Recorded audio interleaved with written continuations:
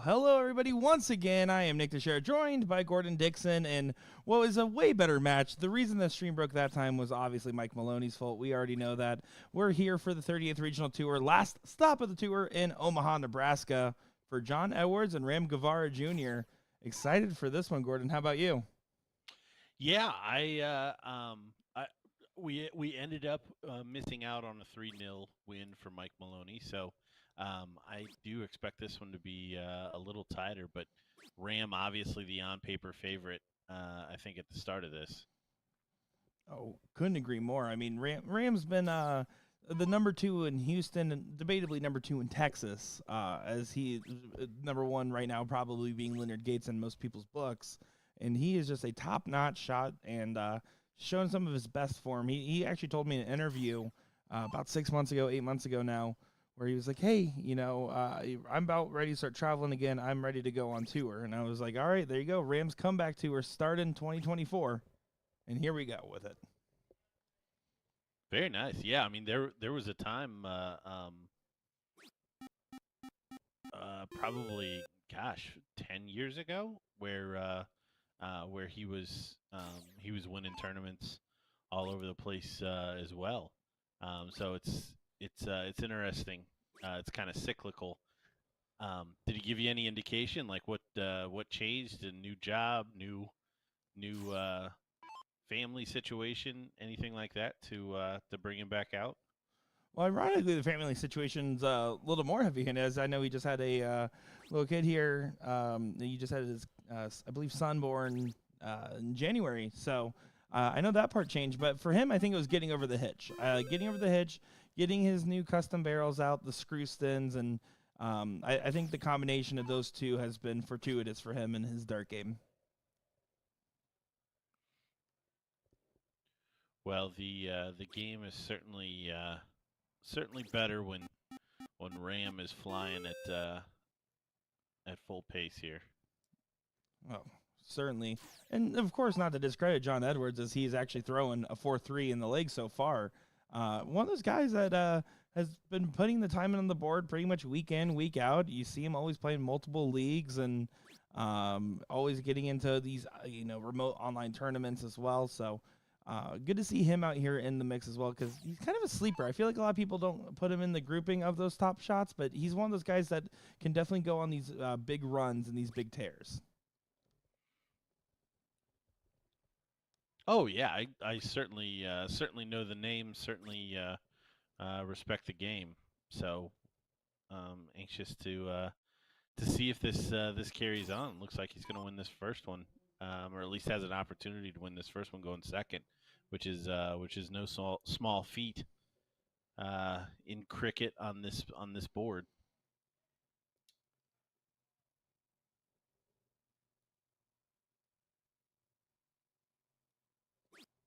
Well, it looks like we're having a little earthquake here in Omaha, as it's already getting kicked boards here. So you see that shaking camera there. Don't worry, the players are perfectly safe, and the ceilings will not collapse.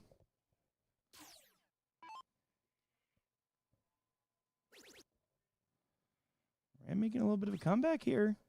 Needs this last one to connect. I was gonna say another 45. Make this really interesting. It's still going to be interesting regardless, because Ram going to have a shot to win it, unless Edwards closes it out here.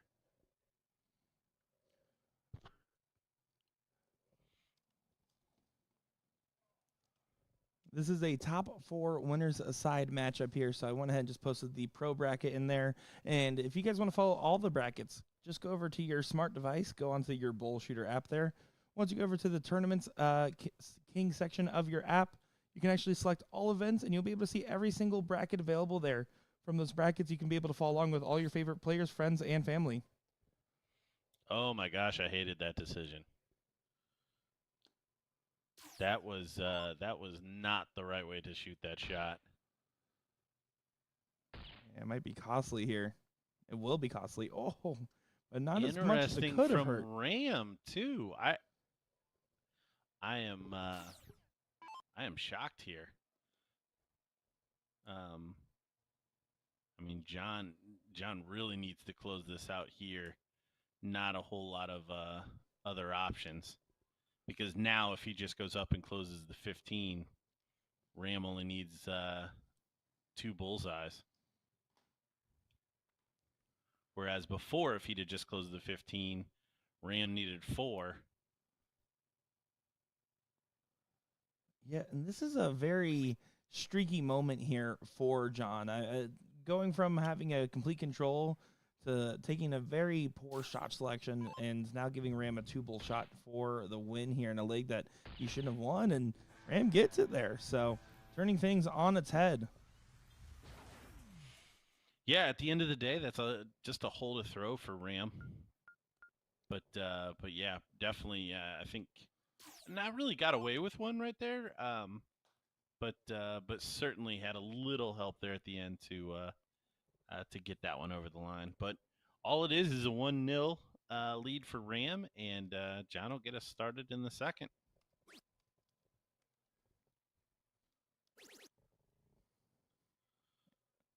He started 19s there. I normally am not a big fan of electing to give away the 20s there. I'm curious if that's a comfort or a confidence level move for him. Yeah, don't do that. Don't do that. Everybody in that room's best number is the 20. It looks like it is going to pay off for him. Even just 3 fat 20s is a decent shot in this spot. If he can snag a treble, it'll be even more icing on the cake. But nice safe one there on the third. I think that was deliberate.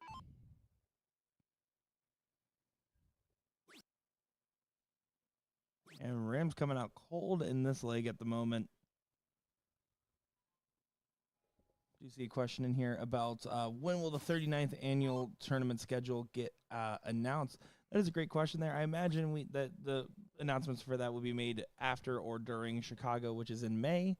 But as soon as the information's out there, you can actually always find those information updates on Facebook at facebook.com/BullShooter Fun fact, if you see any other link or anybody pretending to be a BullShooter, that's not us. The only place we are on Facebook is facebook.com/BullShooter there. So just remember that, guys, and don't click those fancy links. And if you do, don't give me your credit card. That's for sure.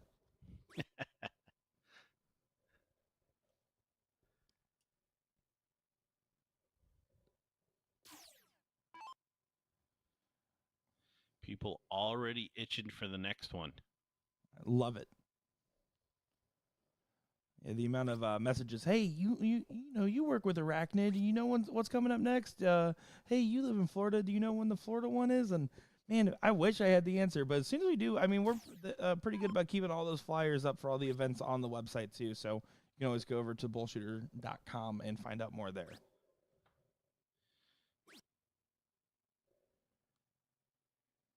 Yeah, I always it's always assumed that I have much more information than I ever do when when it comes to these events.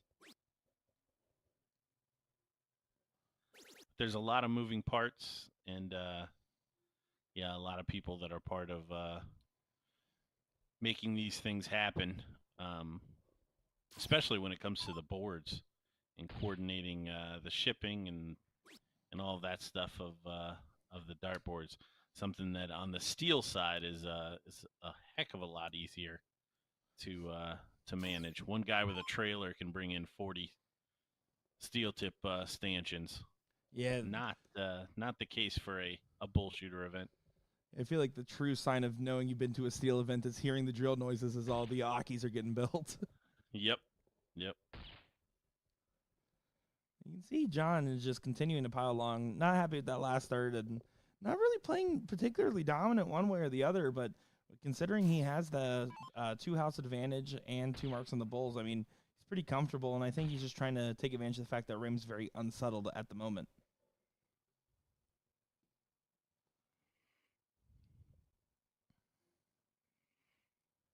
Yeah, you don't want to overthink in these situations.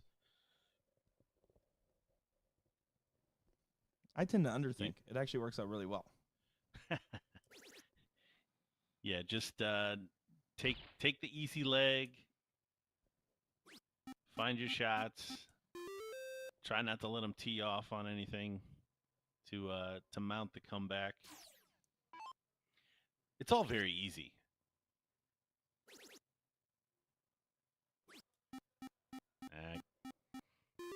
Ram waking up there. Yeah, trying to stay alive in this leg. Doesn't want to go one apiece, although it wouldn't be particularly consequential one way or the other.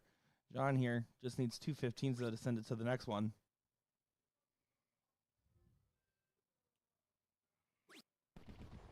Gets it done there. Yeah, a little shake of the head. I don't think he was too proud of that second dart, but job done. One apiece, 2 holds a throw.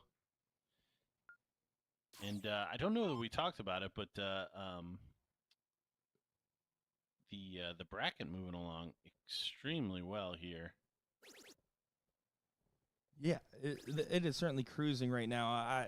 Especially like in all the different brackets. I mean, you can kind of see them cruising. It is nice to see because it makes the players happier too. Because you know when things are moving along like that, that some's going right.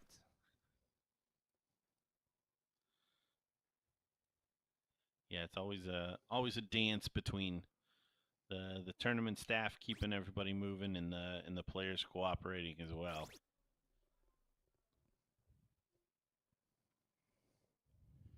Well, Rams definitely kicking off a little bit better here. In that 6-mark opening has to feel a little bit more comforting, and looks like he's going to continue with the momentum here. And yeah, he's definitely snapped back into his true Scrooston form.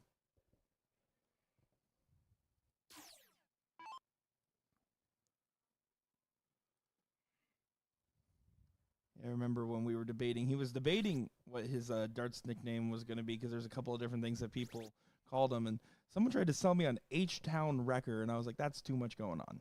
We got to work on it. And they said Scrooston. I was like, yeah, that sounds way better. Let's go Scrooston. Scrooston.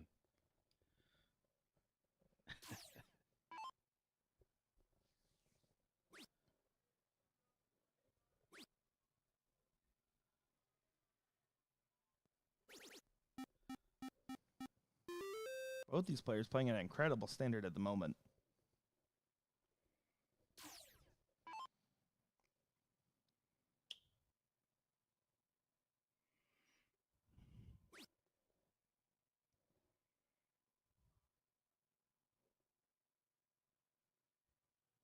John stepping way over there. Wants to try to get underneath that dart. And isn't even able to find a single. So Ram with the point lead already. First dart treble, great shot. Looking like it's going to be another hole to throw. And with these pro matchups here, right? I mean, you kind of expect hole to throws to be the commonality as that's the standard. No one wants to really give an edge. And with the quality of this pro bracket, it's typically will be the case if they're able to open up strong.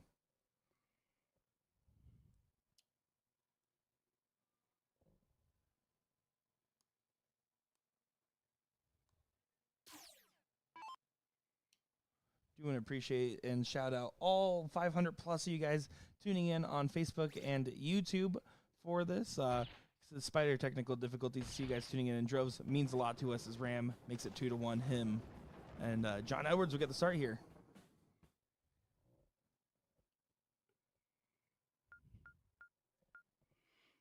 Yeah, I'm always not shocked isn't the right word, but always curious who those people are that are staying up until 1, 2 with us sometimes with these singles events, hanging on to watch the action. They got a treat in Pennsylvania. Yeah, there was a couple treats we had. I think my favorite part, I mean, you had Mike Porterfield, JVD, and everybody, but seeing Don Stewart back in action was definitely a cool little throwback moment here, and it was fun to see that those matchups that he got, and he ended up making our ESPN qualifier there after getting to that third place finish and getting the baton passed down with the way things shaped up there. Yeah, no, it was it was a good turnout, good tournament. Like watching see how all that stuff plays out. And here's a little fight back here from Mr. Edwards, looking to continue the streak of holding throw. Back against the wall for the first time here. Must-win leg for him. Ram's going to take this one 3-1.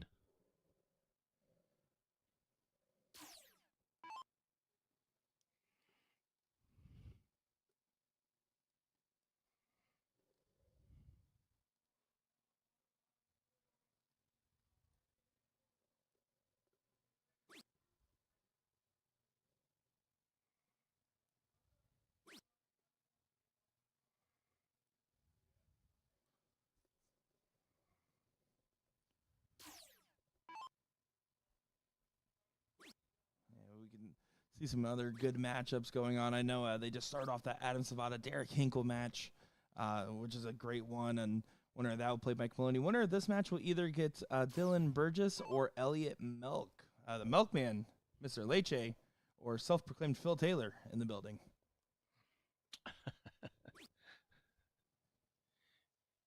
Isn't he always playing Phil Taylor? Isn't that his something along his those complaint? lines? Yeah, exactly. Maybe he needs to internalize, project. I am the power. You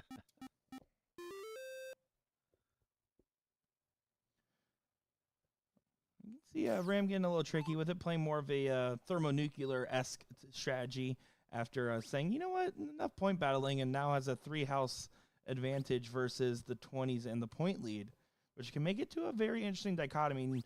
This is where you see some of the seasoned pros versus non-seasoned pros struggle. In this case, they're both seasoned, but it's a tough spot to get out of because when do you take the shot? When is it not right? It can get very confusing very fast for some of these players.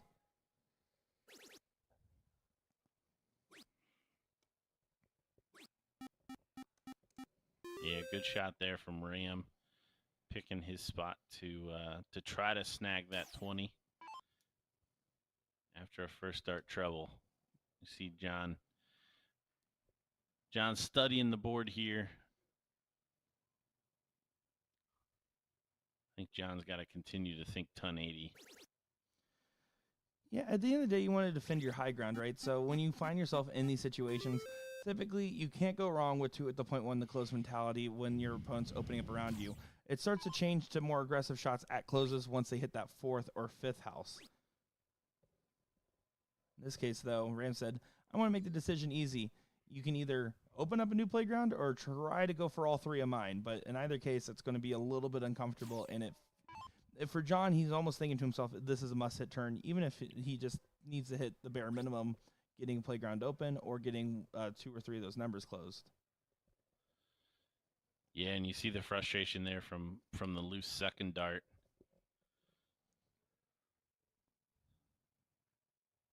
Oh, and a loose third as well. Not even able to close the 19s. Yeah, big error there for sure. I mean, ideally your shot selection there, you close those 19s and then get a playground open. In this case, now you're facing a 4-house advantage. Your point lead is now down to 58.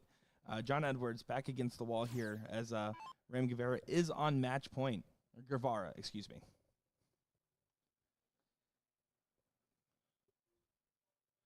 Yeah, it's all going bad for John. Only closing the 19s.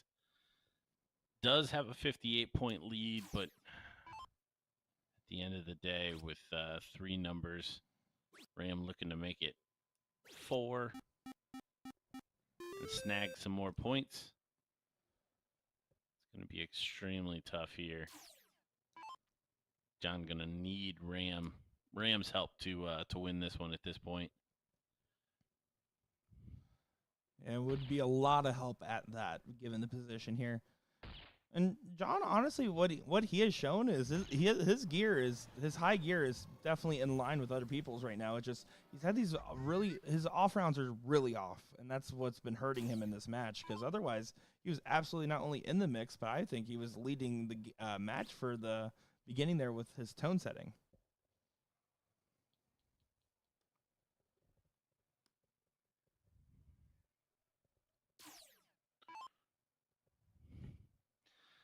So 2 double bulls and a triple for 4 turns in a row, and that might do it.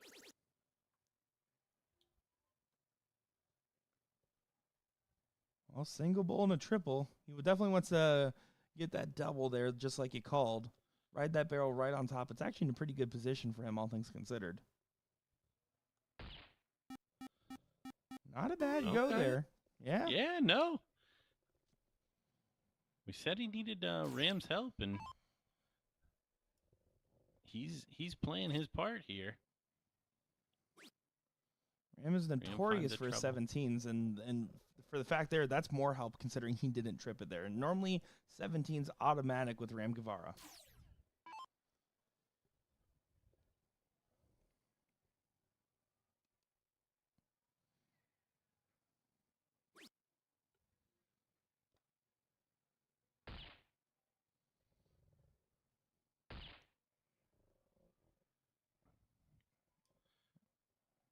What John wouldn't have given to find that treble 17.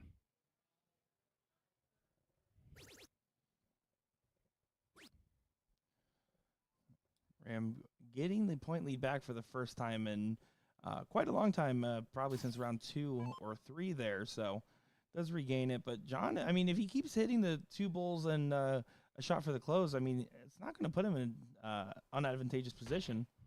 Although he really needs to get lucky and hit one of these doubles. Unfortunately, he keeps just peppering the singles.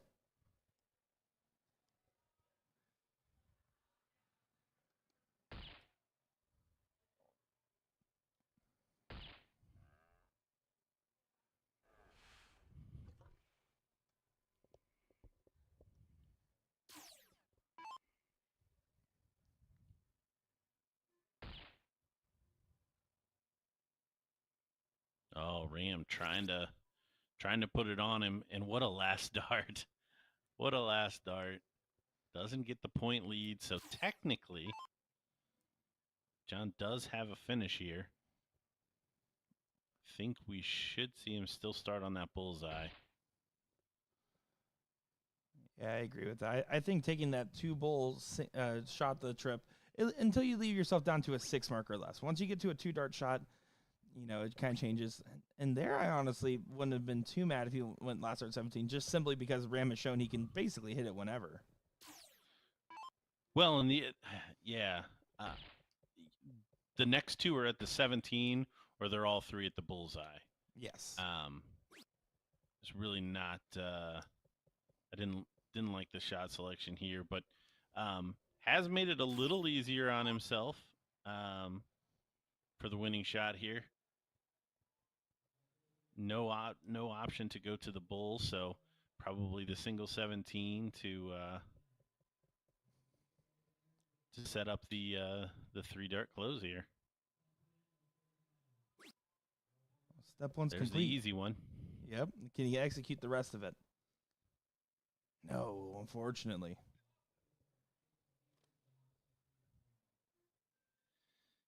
Yeah, and just 24 points needed for Ram here. So 2 singles of either of the open numbers, and he's going to plug in a double.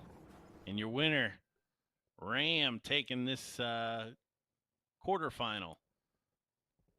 He will await the winner of Burgess and Milk, which is coming up next on our stream board.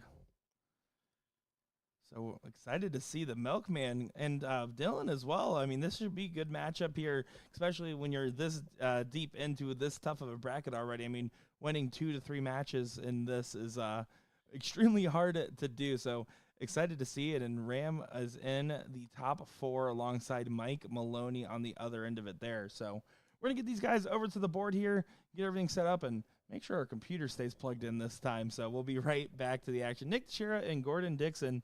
Don't go far, folks.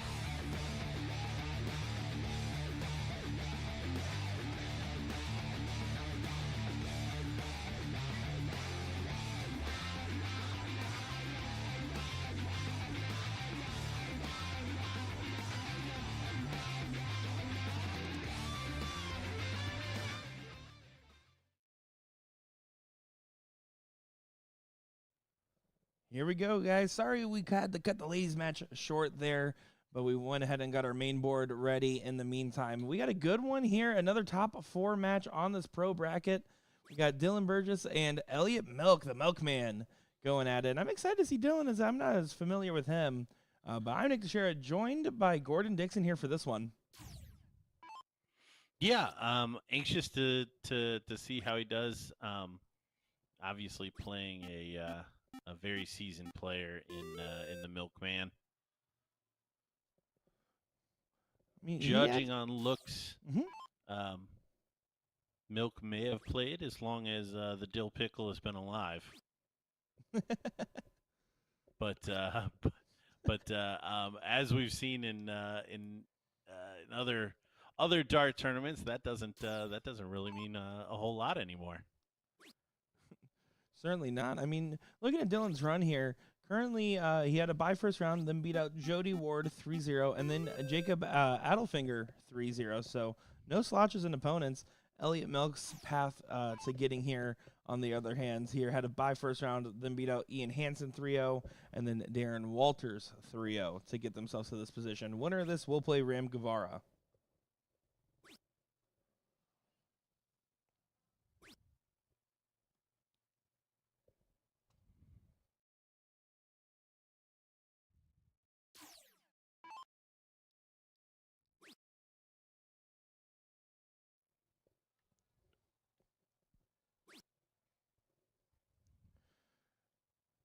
I see a lot of chat talking about Dylan in here, saying that he's a youth player and everything. Give us the info. Give us the rundown. What's Dylan's story? I want to be educated. Educate me, guys.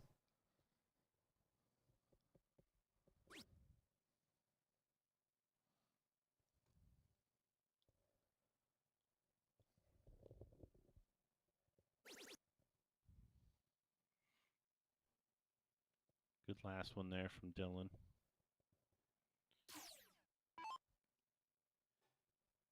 At least gets him back in front. Elliot quickly squashing that, though.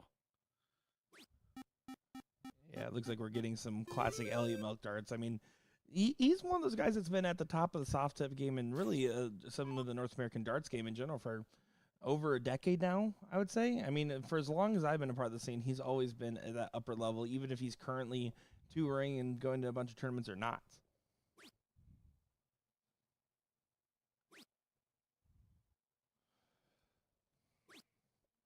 So 18, been shooting since he was 7, from South Dakota. There you go.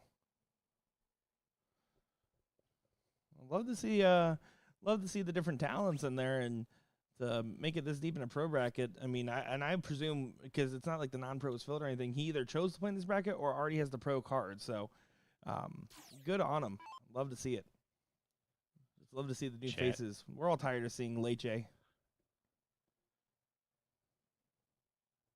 Chad Gordon says, great kid. And when Gordons talk, you should listen. That's the way I look at it. Well, there you go. Now I know. I was always wondering. I did the opposite for a long time. I just ignored whatever Gordon said. Yeah, no, that's it. You know, it's really 50-50 how people approach that.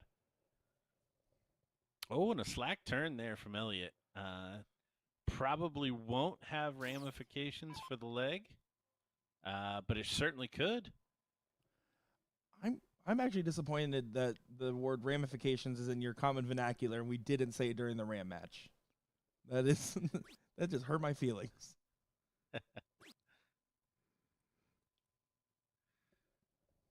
Only going to pull back 30, so Elliot probably going to correct that last mistake. Find a bull here. Oh, he's living a clean life, getting those lucky fallouts.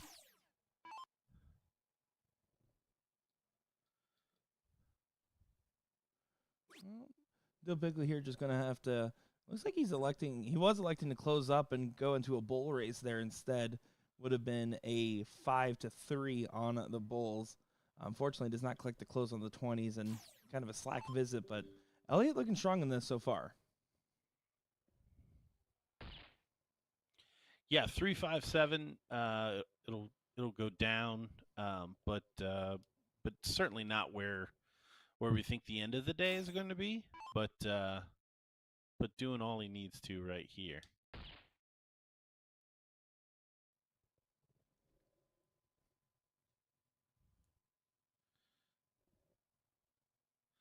Dylan certainly looks like he's got a nice pace, nice follow through.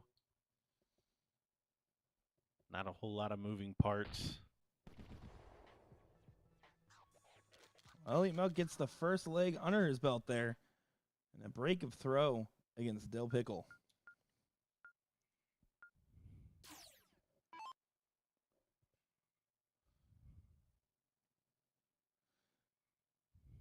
So Dylan's going to start us off here, and I think the first one was getting the settled in. I always will say give people a benefit out that first leg on the stream board's not the best for usually anybody. So I expect to see him get a little bit more settled here and play more to his ability as he does start off with a 5. Yeah, great third dart there. Yeah, that's the only thing the live bracket doesn't give us. We'll have to talk to the powers that be. We need an average next to that score. Yeah, I was actually brainstorming and talking with the staff here and talking about different things that I would like to do, whether it be by the next tour stop or by the next 5 years. Like talking about just different ideas, and I was like, if there's a way, one of my favorite things is when you're watching those PDC streams and you see the total tournament 180 stat. Like I would love to see a tournament 9 marks stat that we could pop up at any point there, and having something like that on the screen, and getting these player averages, running averages from previous matches. I mean, there's some really cool stuff that hopefully we can get going, especially now with this Tournament King software. It documents all that. We do have access to the stats. It's about getting them live rather than after the tournament is over. Yes, and quite frankly, there's a really good program out there that has an example of how those could and should be displayed. Mm-hmm. So plenty of opportunities to improve that. But regardless, I don't want to hammer away on what they have done that I think has really moved this forward with the live tournament brackets, the online signups, having these players check into the boards. It's all the first step. Look at this from Elliott. Little herky-jerky on the third, but job done. 70-point lead. Yeah, Dill here is going to have to absolutely take advantage of his mark on the 18s. See if he can get a couple extra points in his pocket here. Does get the close, but very blocked. See if he's able to get around those darts. He's going to try to find the angle. And that's well thrown, but unfortunately just a single.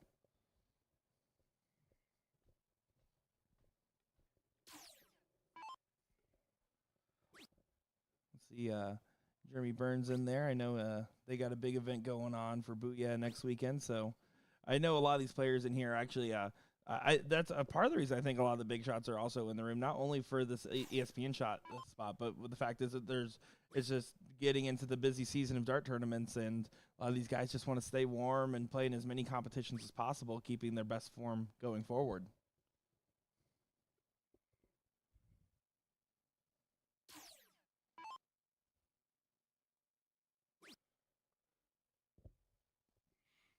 Elliott going to step to the right there.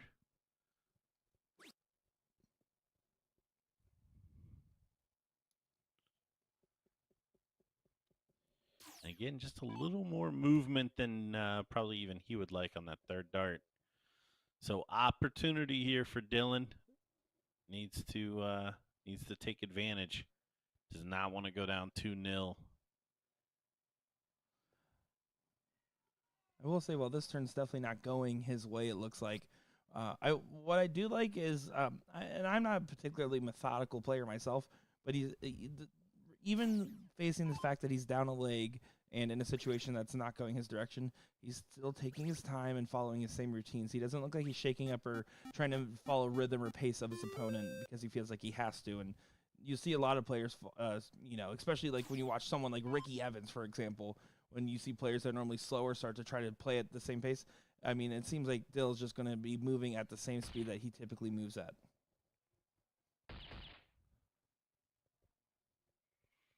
Yeah, there's something to be said for kind of regulating your own pace, not getting caught up in the speed or kind of dragging of whatever your opponents are doing.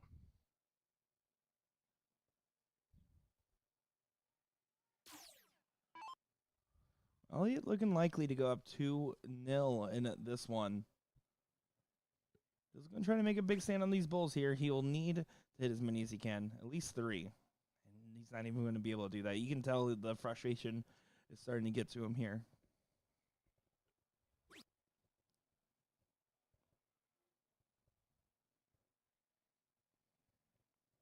Shiloh saying, who's commentating? Well, if you like the commentary, it's Nick DeShera and Gordon Dixon. If you don't like it, it's LJ and DJ.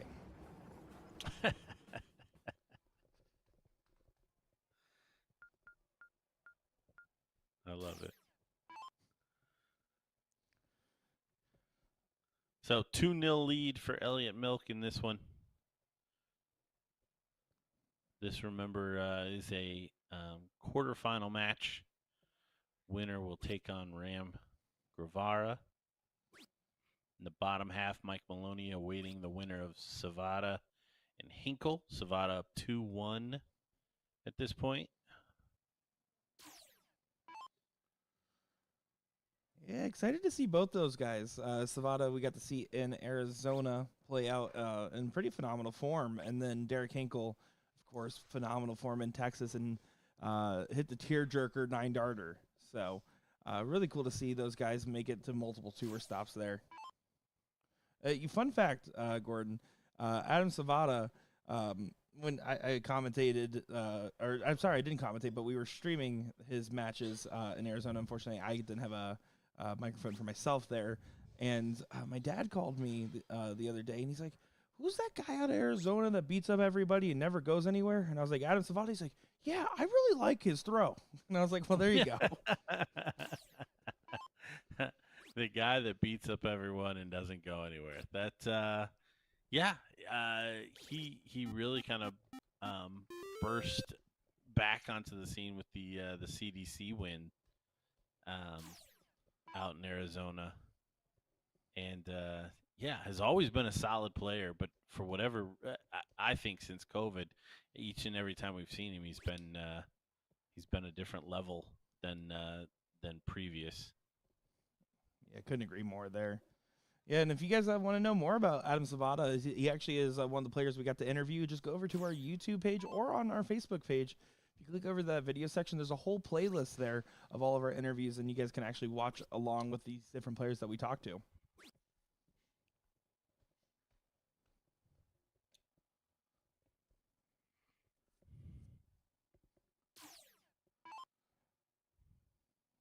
See, this could potentially get out of hand here real quick for Dill, and it looks like he was starting for those 17s. Didn't want to try to contest the 18s, but whatever the case may be, he needs to get a number this turn, or else it's going to get out of hand too fast. And the reason I don't like the 17s here is the fact of the 4 mark would have only made it even. 4 mark in the 18s otherwise would have given him a lead.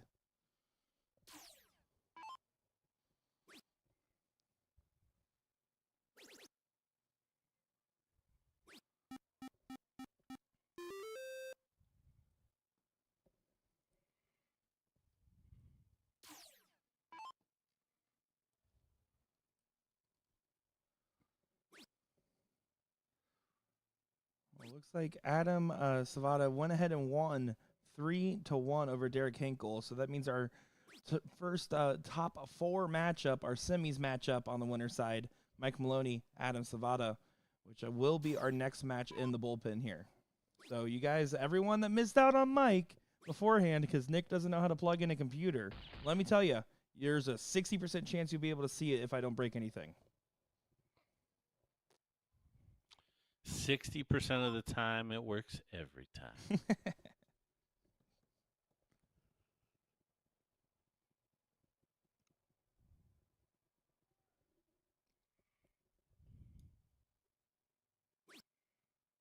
Trying to make a last stand on these 15s. And I say last stand because that X is already on the Bulls. Elliott just boxing Dylan into a corner there. Great last dart, but since the point lead is not regained, Elliott is a 4 mark away from winning this 3 straight.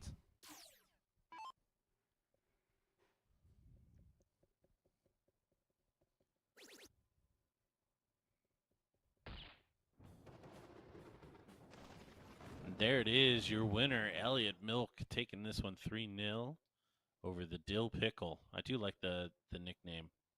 Yeah, it's definitely a very apt nickname in that scenario. I just want to put out there for everybody to let people know how crazy this bracket is. Right now on the loser side, Dustin Holt versus Bob McCoy. That means we won't see one of them. And that's just an absolutely insane level of field that those guys are in a losers bracket. And it's not even it's a top 16 losers bracket side match. So the field is crazy, guys. You guys are going to be spoiled with great dart content. Feel like we're spoiled with great dart content. I mean, Gordon, I'm excited to see what we have. Yeah, a lot of darts to come, and a lot of great matches. I mean, that losers bracket is going to be brutal. We're going to take a spin around, see what looks like. Mike Maloney Savada is going to be up next. But don't go anywhere. We're going to follow this one all the way through to see who gets that invitational invite and bring you all the action this evening. You guys heard the man. We'll be right back.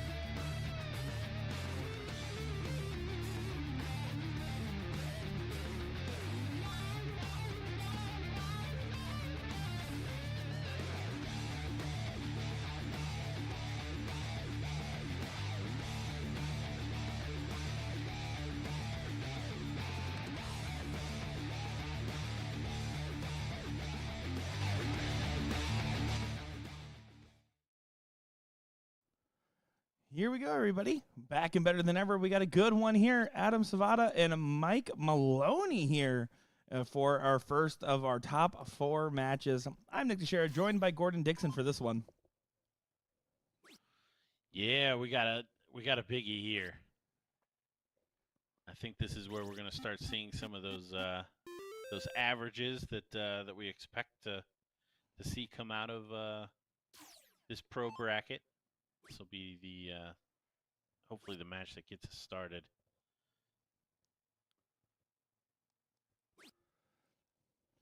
Yeah, this is our second attempt of having Mike Maloney on the stream, so I know all the Smash starters are going crazy right now in the chat, so I'm excited. I really am curious, though, because as you and I alluded to, Adam playing excellent form pretty much every time he does play in an event, so he's going to push Maloney here, and he's going to push him enough, on the 13-inch board in an area where Maloney's known and has said that he typically feels a little bit more uncomfortable.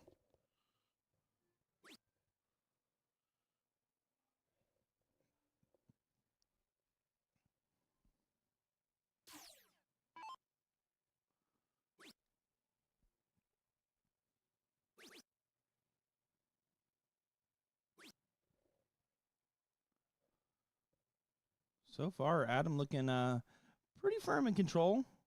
We'll see. It's really within 9 mark distance, so it's too close to call favorites yet. But right now, Adam looking strong.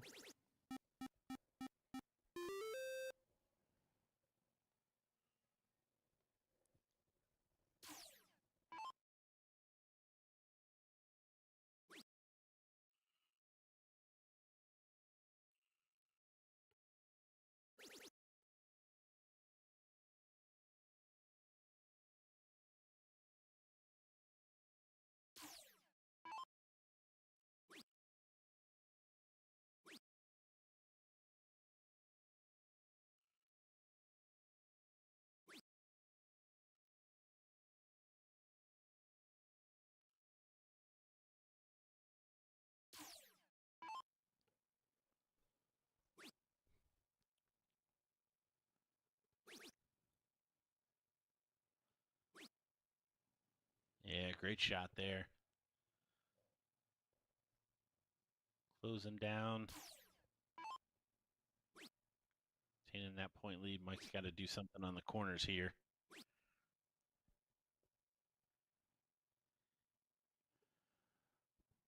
Yeah, definitely looks like Maloney he just hasn't really quite gotten the foothold he has wanted yet, and has let Adam kind of dictate. It's not like Adam's throwing lights out, especially by his standard, but he's getting these opportunities to go for these 3-mark closes and taking them, and that's really what's been pushing the narrative of this first game along.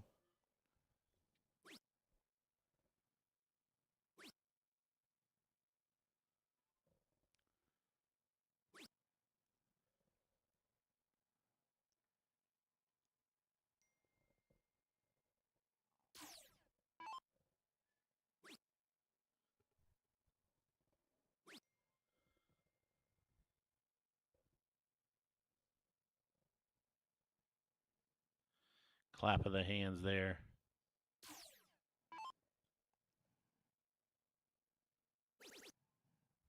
Mike with an opening. Great first dart. Find the 17. It doesn't happen.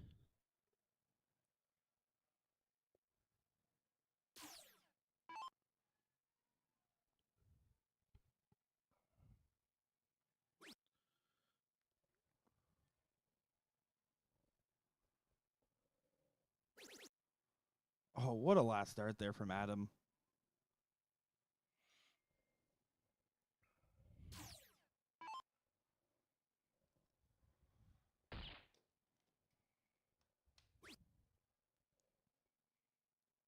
Yeah, wise last dart. Can Savada close him out here? Make this as uninteresting as possible. What a dart. Woo. What 2 darts. Follows it up with another one there. Yeah, fantastic stuff from Adam. You never really questioned his control of that. I mean, it's not like Maloney was far out by any means, but, I mean, Adam just looked pretty solid that whole time. Well, and I guess the good news is, I mean, that certainly wasn't astronomical as far as the level there. Um, so Mike can take some positives away from that leg all the way around. Yeah, certainly no causes for alarm yet.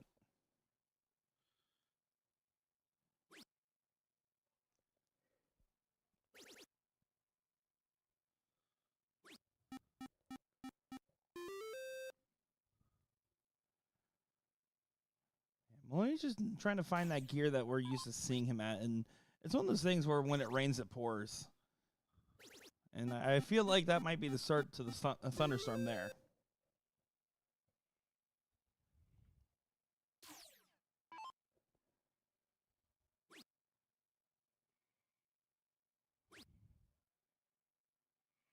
Kicks, you homer.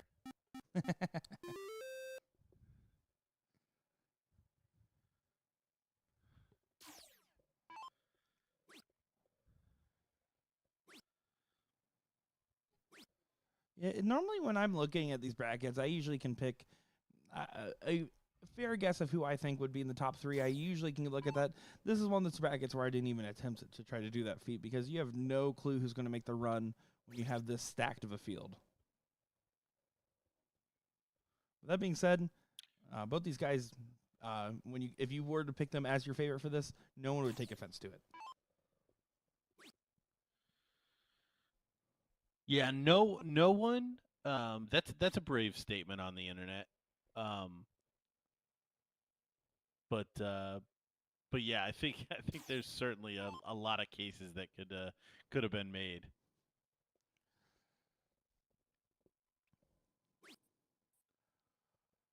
I mean, heck, I will say that Hinkle surprises me just the way he was playing the last time we saw him. To have not made it, I'll be surprised if we don't get him on the stream. Yeah, I Oh, mean, and as I say that, is he? Oh no. I was looking around. And I was like, oh my gosh. As I'm saying that, it's like, is he already out? But no, he's playing 24 up 1-0.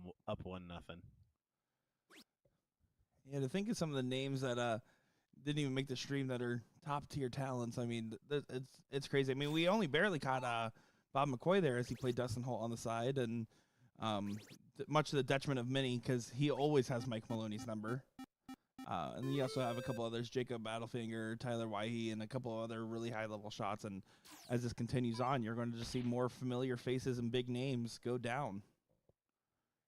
There's only one that can hoist the trophy. Oh my goodness, almost got there.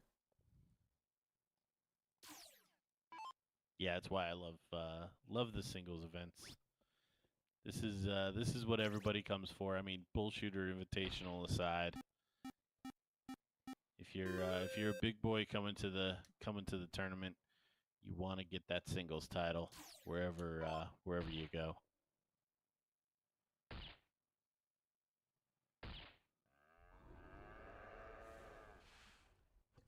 Jeremy, I do like your comment in there. I definitely plan on making some posts about it later this week and talking about it because I know a lot of people are hyped for that event.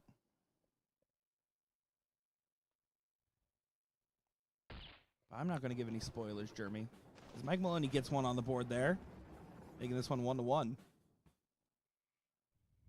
And playing to the standard of what you'd expect, those four range averages on that 13-inch.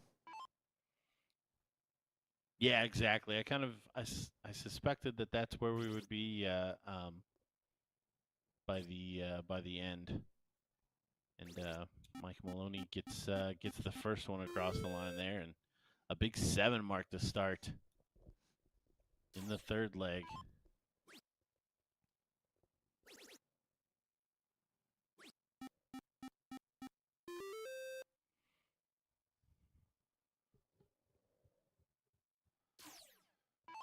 Maloney responds right back with the 5. You can see Adam take that early shot at the 19s, but the moment that didn't connect, you could see his eyes shifted up instinctually back to the 20.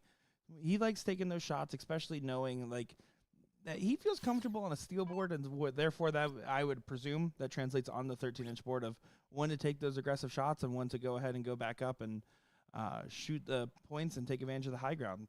Adam's going to be pretty keen, and I really don't think his strategy is going to show many faults today.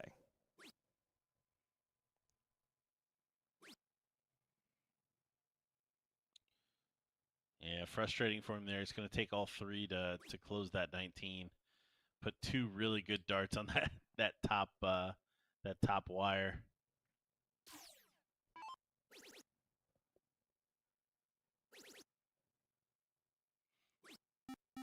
Oh, look at that from Maloney, trying to turn it around in one turn.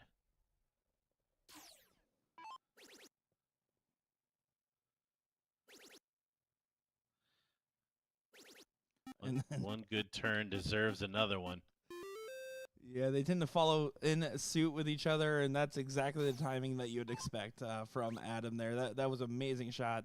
It's going to force Mike Maloney to have to back it up again, and this time collecting just 5, giving Adam that reign back to shoot the 18s when he feels like it. 80-point difference between the two.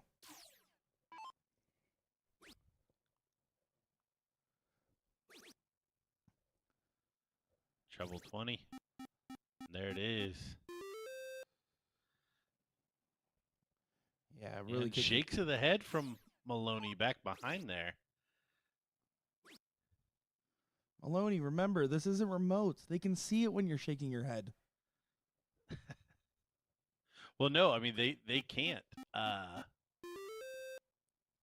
That's why I always find that interesting. I mean, I don't know what he thought he was going to get into with Adam, but he was always going to be a handful.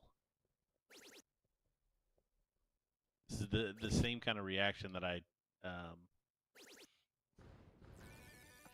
I get frustrated with when I see Jules doing it. It's like, did you not expect the other guy in the top 4 to hit triples? Well, to be fair, I don't know if I would have expected a 6-0 on this board, to be fair.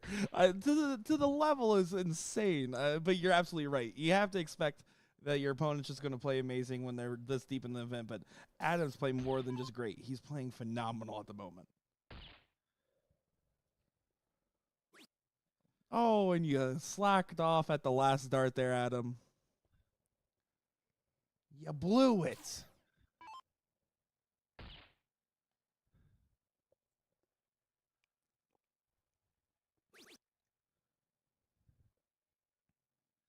I swear he did that to me on purpose.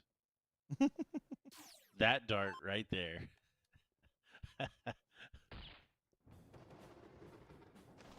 Was directly to me. All right, 2-1 lead. So far, yep. No, I'm just, but I mean, when it's all said and done, that just gets him one leg, and Mike Maloney gets the start, and after a single dart, is coming off the line. Yeah, I mean, I understand not liking the hanger there, but you can definitely tell the frustration of it was getting to him. Apparently not that much if he's able to collect on the second 2 darts. So, you know what? Maybe the back off ended up working in his favor that time. You know, get credit where credit's due. No. Great 7 mark. Yeah, cheers to him. Able to collect himself on the next 2. Put some pressure on Adam. You see the eyebrow raise there as he misses left and right. And, yeah, Mike already with a giant opportunity to run away with this one.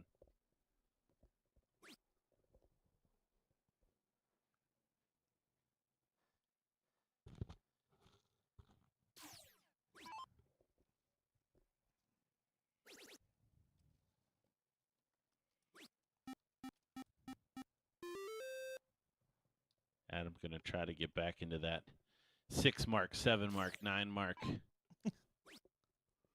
groove that he was in that last leg. And he's getting some help here. Just 3 from behind.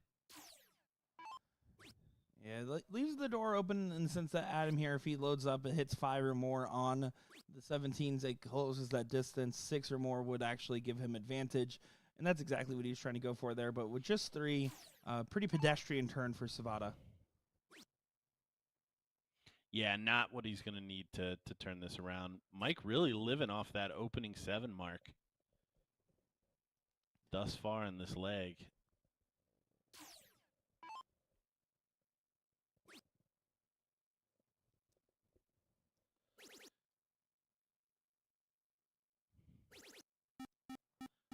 Big shot. Exactly what Adam was looking for. Trying to turn this leg around. Trying to make this the winning leg. You're absolutely right that Maloney was basically living off that opening 7. Adams closed the distance here. And I think Maloney took a little bit too aggressive of a take there, knowing that Adam has shown that he can hit these really big turns basically out of left field. We'll see how much that ends up hurting here. Looks like he's going up. Does take a shot at it. Just looking around the bracket here, Dustin Holt down 1-0 to John Edwards. So he'll have the darts in that decider. Derek Hinkle is still in the tournament, defeating Jordan Meyer in the bottom half, waiting Shane Johnson or Joey Mann to continue on the loser side. The winner of the Dustin Holt and John Edwards will play Jake Reeves. So getting down to it here, we'll have another semifinal after this one. But it's looking like Maloney's turning this one again back in his favor. Big shake of the head there, finding the treble 17. Yeah, Adam's going to have to dig deep on the 16s or 15s here. Try to just grow up his real estate. He has the 16s on the first. That's a perfect placement for him, too. You can see that second dart put right on top of the barrel, but just caught over to the side. At least one more single. Does find the trip. At least a single would have gotten that point advantage. So keeps himself in the running here, but Maloney's still able to dictate from his position. When you have the 20s and 19s versus 16s and 15s, you're statistically heavily favored to take the leg. Well, yeah, it's all about making sure you defend those, and not what Maloney was looking for on that particular turn.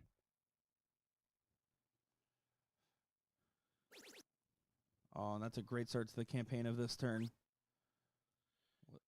Would have had it all. After such a slow start, has pulled his average all the way back up to 4.63.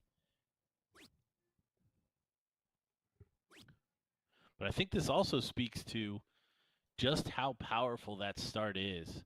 I mean, Mike Maloney almost a full mark down, and really, I mean, he's not out of this leg by any stretch of the imagination.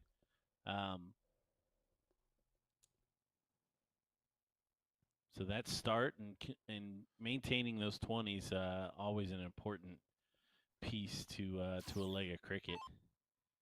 The frustration again coming out here. And part of that frustration also falls in suit knowing that Adam has just had the highest ceiling in the sense of his 7s and 9s and the timing of them. In this situation, though, not going to happen as he's debating what he wants to do with this last start. It's a 7-point advantage. Does he take the shot upstairs? Does he go for points, or does he actually go for the new house? Decides to go back down to the 16s there. Had a bunch of different options in his pocket. Yeah, that was probably the right one, a treble 16. Look at this from Mike. The timing. Timing is everything. So crucial when it comes to these moments. And the board's literally trying to move out of the way of Adam's start at the moment. We assure you, Adam is not throwing on a moving target. That is our camera being helped by one of the dart players behind. I will let everyone know, though, if Adam did have to throw a dart at a moving target, I would bet on him to hit it. There's still a very good chance. Absolutely. Still good odds. Well, down to the 15s here. 1 into 7. is going to have to make sure he gets to close, and he doesn't. It actually falls short, giving a huge let off and basically giving Mike Maloney the leg said and done, as he'll be able to grab a second house now.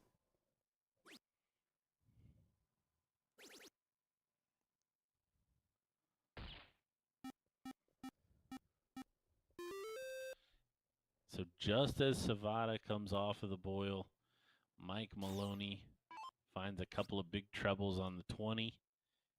And it looks like that's what's going to end up bringing him all the way home.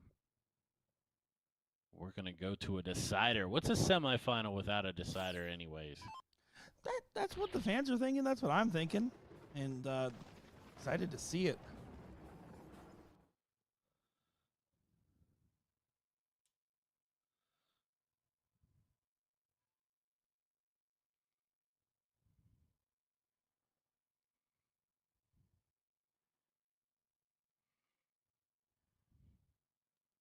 See, Mike Maloney does going to end have up the getting start. it. Yep. Couldn't have said it better myself. Yeah, the reaction there, you would have thought he would have been just outside of the triple ring, but he had a single, and he's going to get us started in the decider.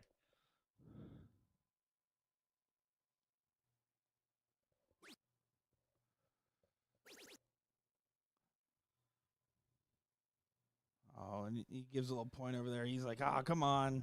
Give me one more. Knowing that every mark is so crucial, especially knowing that that 7 mark for Maloney is what kept him in the running for so long in that leg, even with Adam fighting back. And Adam here, not going to waste any time coming out of the gates sprinting for this one. Yeah, looking to turn it on its head straight away. That 7 mark from Maloney to start in the last leg really kicked it off. Savada not hitting much, but here only a 4 mark start and Savada kicking it off heavy. Can he continue? Of course he can. And no what a hesitation. Shot. Great shot selection there. That first start triple allowed him to be able to go right up those 20s and guarantee that he's going to get that close. Fantastic stuff from Savada. Maloney now has to get that house opened up and online, and he says fudge right to the camera. Yeah, it sounds like a John Madden type comment when you're like, man, first start triples really help you out.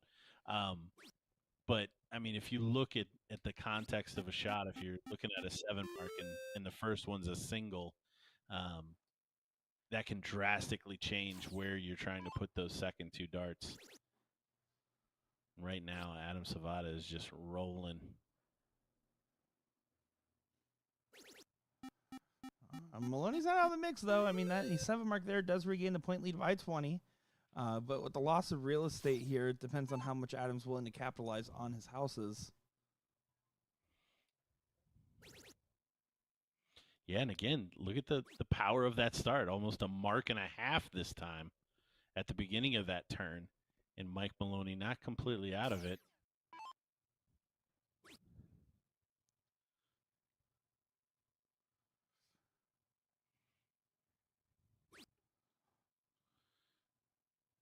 Only 2 marks.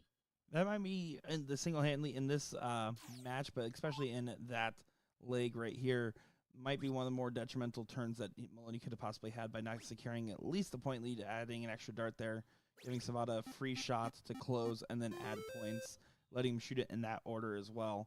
Huge shot from Adam, and Maloney now starting to get to the point of, I wouldn't call it desperation, but last chance is needed if he wants to stay on the winner side of this bracket.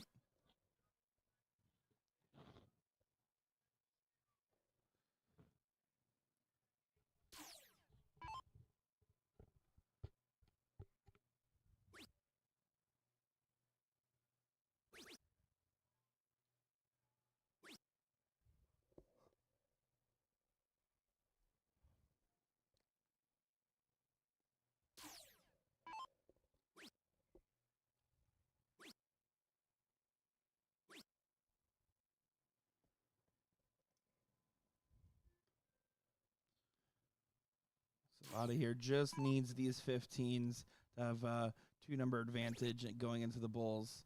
Could end it right here if he so desires. That double's blocked. Can he get it underneath? Not quite, but great 5 mark there. 1 Bull away from booking his spot into the king seat match. You see Ram eager to play, standing right behind Mike there, by the way, knowing his match is up next.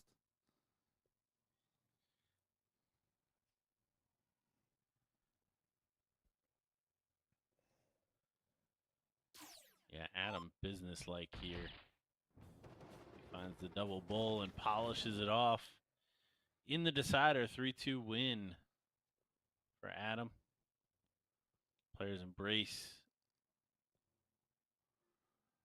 Yeah, I mean, you can tell Maloney definitely wanted that one, and goes the way of Adam there, and Adam just acts like another day in the office, keeps calm, cool, collected, and we will be seeing more of him as he's in the king seat. Now to find out who he's going to play against, Ram Gavar or Elliot Melk, as that's going to be our next semis of the winner's side of the bracket here. So I'm excited. I don't even know who I would pick in this game here to come out on top. I'm just excited to see it and watch the magic happen on the stream here. What do you say, Gordon? Yeah, don't go anywhere. We're going to be right back with some more, all 611 of you on the Facebook stream. I know you're glued to it. The 38th annual Nebraska Regional coming back right after this.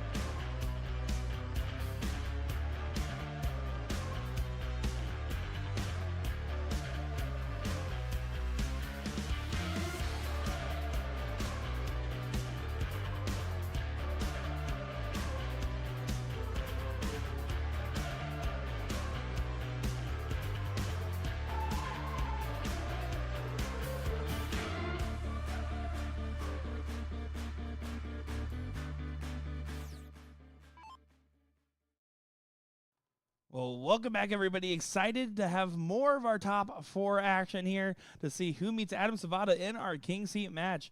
We got a good one here. Elliot Melk versus Ram Guevara in what is about to be a star-studded and excellent affair. I'm Nick Teixeira, joined by Gordon Dixon for this one.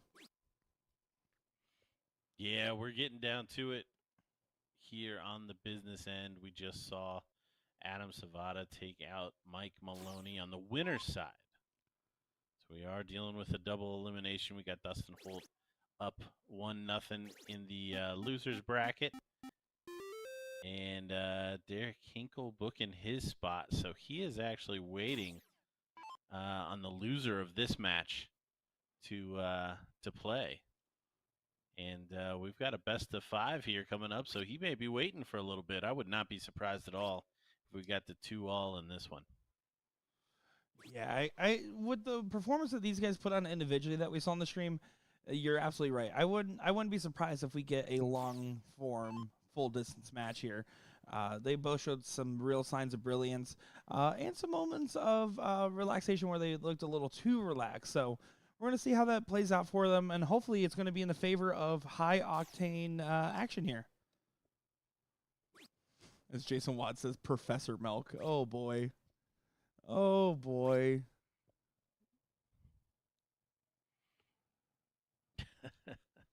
My man Elliot getting hammered for the glasses tonight. It's Elliot Milk. He's going to get hammered for something online. That's just a given.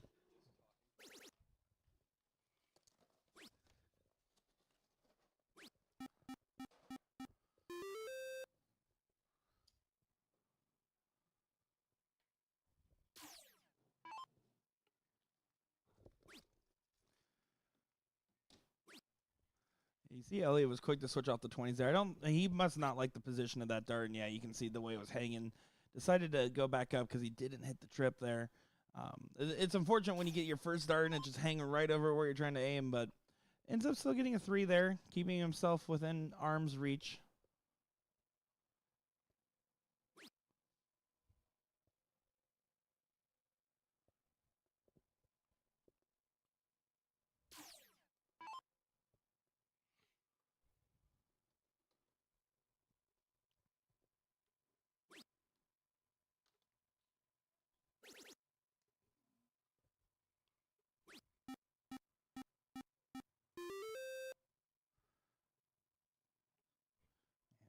A little bit of an opening still for Ram. The 19th, we're not able to get close, so we'll see as Ram decides, you know what, I have of those 17s that I can just hit on command. I might as well go ahead and take a swing. Confusing, though, on the last start, if you ask me. I'm not sure why I wouldn't stay on the 19 or 17 to get that point lead. Yeah, very strange. I think trying to really keep the pressure on Elliot by having more openings there. Yeah, and there's nothing wrong. I'm always a big fan of getting the extra numbers, but that last start there being a single 18 basically guaranteed that that 19 was going to get closed that turn and kind of downgraded his own number there. In this case, it doesn't look like it might be terribly consequential. We'll see as Elliot will approach with point advantage this turn.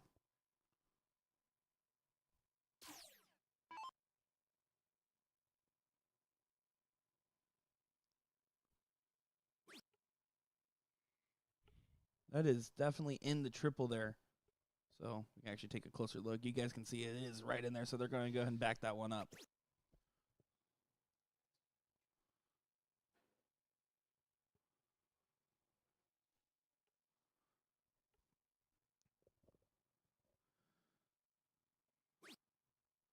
And just quick to go right at the 17s on that, and then switch on the third. So pretty much the same game plan he kind of drew up on the drawing board in his head there was, all right, go ahead and take the shot at both of the houses. You get one dart there. If I hit a trip, move on. If I hit a trip, move on. And decides to go back up to pound some 20s at the end there. 4-point advantage approaching the board. Let's see if he takes a shot early at the 17s here.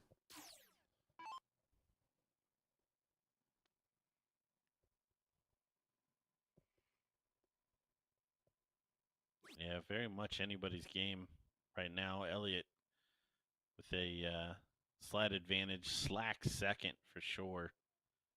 does get the close, but a 7 mark away from having this leg on its head. Yeah, and this is definitely a moment where you expect Ram to typically capitalize, but he does not there, only finding 2. And that's the shot you have to take, right? You have to hit those opportunities when they're given.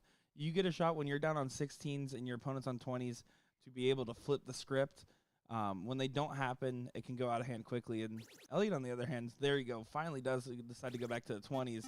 I was like, you got to be careful with the shot. You don't want to give Ram 2 shots at it because he doesn't miss twice in a row very often.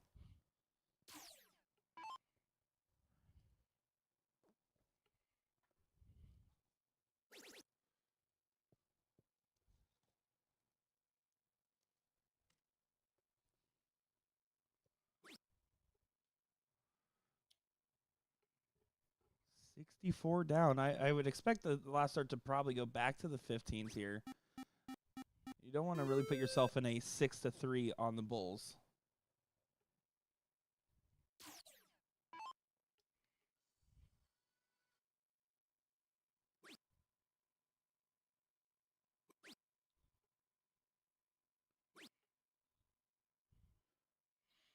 Best case scenario for Ram there.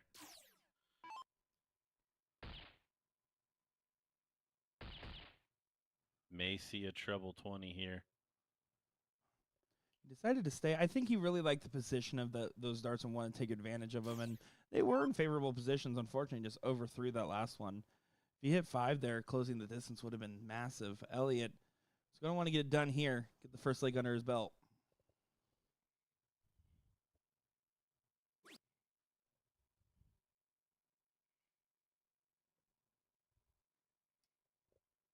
And the dart now hanging over top of that treble 20. Smell wood burning. Milk's thinking. What a dart.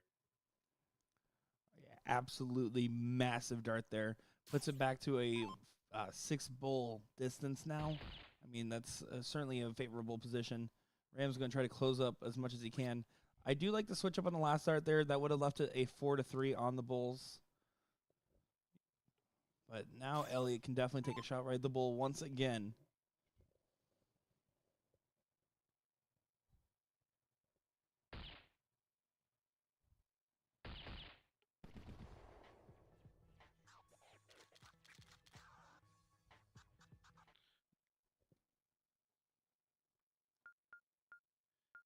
Elliott holding throw there.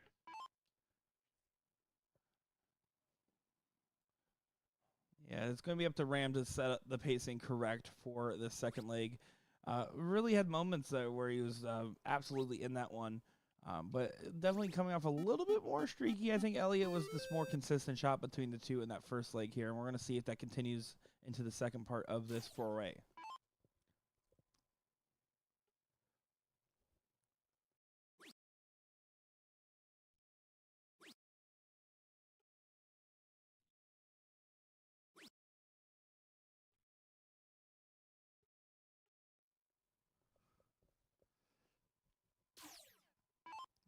Huge opening for Ram here. He loves the bottom of the board. If there's one thing that's known about Ram is the fact that the 17s are his favorite, which the 19s are like the 17s, but to the left. Now that's a John Madden for me, for sure. Yeah, I don't know that you can describe it much better than that.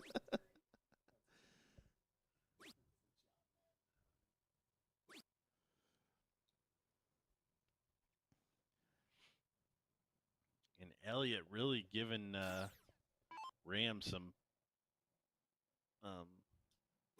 room here to continue to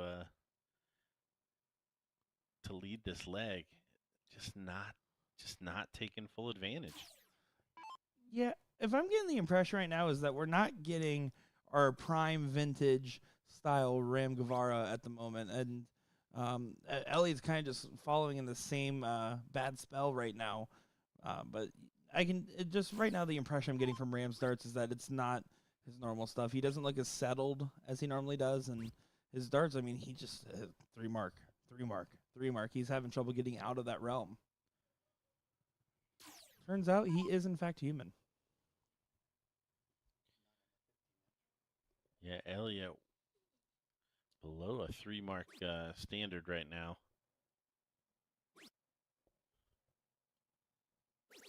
Have to imagine he wasn't playing like this on his way here. We saw him kind of dismantle the young man Dylan before this.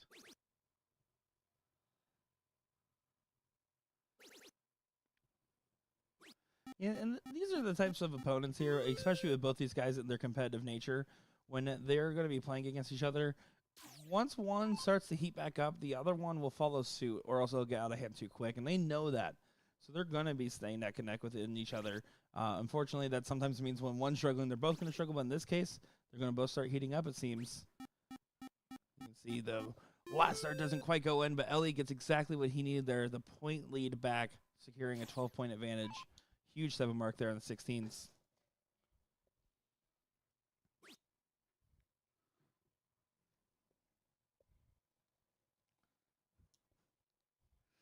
That's right. Jason Watt saying 16 is like the 15, also to the left. That's right, guys. You guys are starting to catch on to this whole darts thing. I'll tell you what.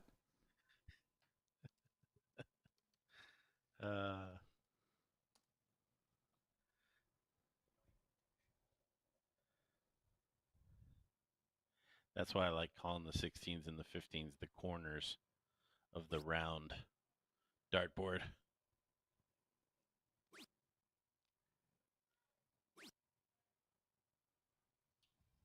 I think I've said it so many times, though, people don't even flinch at it. I mean, it's objectively correct to describe it in that way. I personally like it. Whenever you say it, I never flinched at it. I flinched a lot. I'm very scared of things.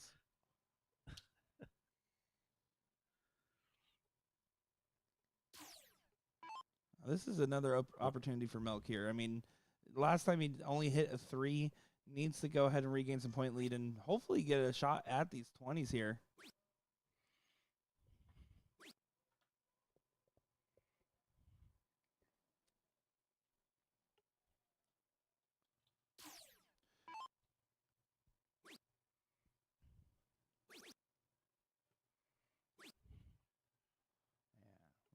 Good stuff from Ram. Textbook shot, gets that close in the house, continues to expand his point lead here, and forces Elliott to a number where a 6 mark won't get him the point advantage.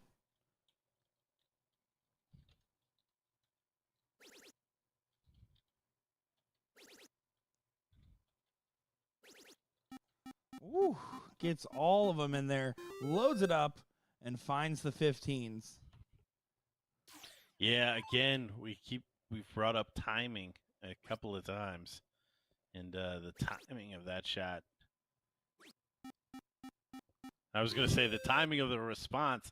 I had a feeling it might have taken a whack at that 15, but both these players getting down to it here at the end of the second leg. Yeah, I think I would have actually preferred Ram to shoot that last start at the 15 here, knowing that Elliott's coming off a 9 on them. We'll see if it ends up actually coming into play or not, as looks like Elliott's just going to go ahead and attack the 17s here. Oh, what a last start, but 4-point advantage for Ram. Can first off have a game shot, but second off have a 4-3 advantage into the Bulls.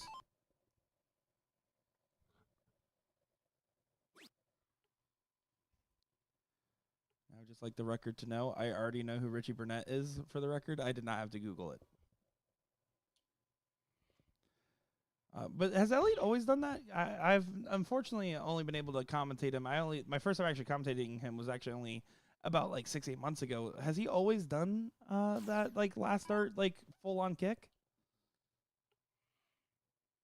Burnett? Yeah. Well, I know Burnett has done that. But Elliott in particular here, has he done that third dart kick?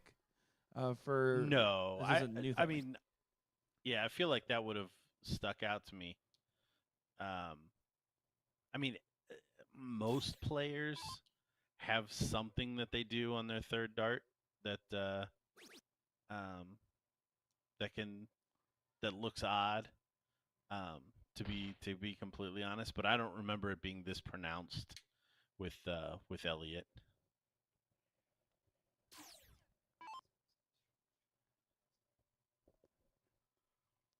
So 3 bulls for Elliott Milk. Take a 2-0 lead. Now 1. There it is. What a shot there. That is a good position for Elliott to be in. And Ram, I mean, honestly, he's been playing fine, but it's definitely not to the standard of what you would expect him to be at, and he will tell you that himself. Oh yeah, I don't think that's anything that Ram would be offended by. He does have it all left to do at this point. Down 2-0, so even if he wins here, Elliott's going to get the start. Yeah, and that's the best case scenario that you can set yourself up for is you get that 2-0 jump. It feels so comfortable to continue to play the rest of the series.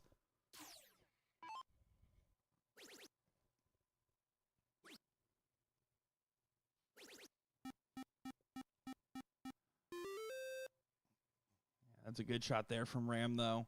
He said, hey, guys, I'm still in the mix here.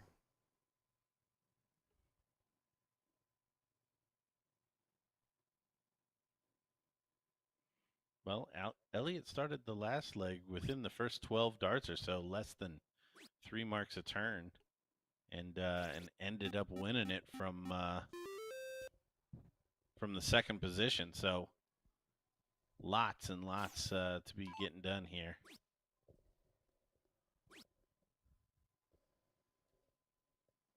Oh, did he catch it? Oh, he almost did.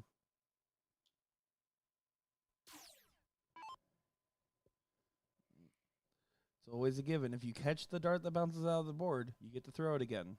I know you guys hate the rule, but it's in fact the rule I added. So deal with it.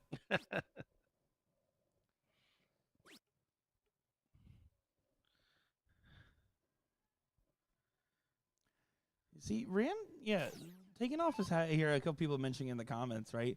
Takes off his hat. That's actually one of my reasons why I feel like I don't like wearing a hat when I'm out playing is I don't want to have a visual indicator of, hey, I feel like I need to change something, so I'm taking off my hat here. Oh, it does that's show hilarious. It shows your mentality. It does show that something's changing when you do something like that.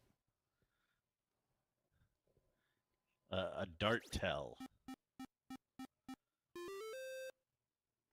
I could never throw in a hat because I'd bounce my flight off of it every time. Yeah, that's also another good reason there. Oh, good. Ian Hansen has a Snickers because he was not him when he's hungry. I'm so happy to see that. Whew, I was getting worried. That looks like one of those fancy ice cream jobbies, too. Yeah.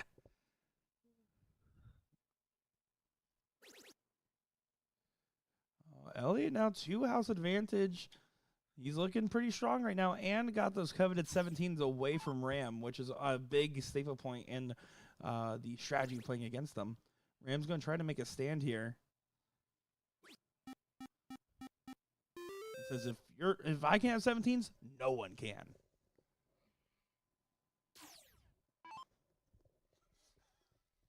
Yeah, this will be 2 legs on the spin where Elliott just kind of snuck up on Ram. Ram didn't do enough to kind of put him away early when he was struggling, and you can count on Elliott to figure it out.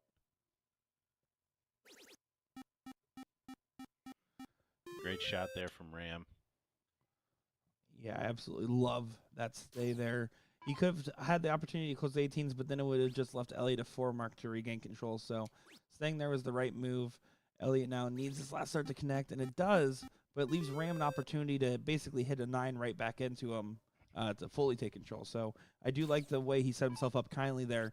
Is he able to take advantage of it? Can you get a bunch of 15s on the board? He does.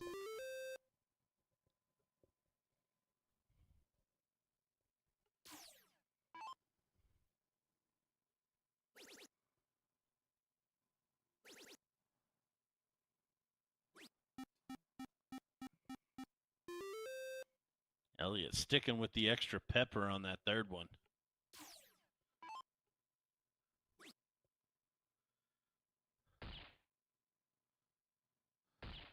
Ram was really quick to give up on those 15s there, and I think maybe a little too quick to my liking.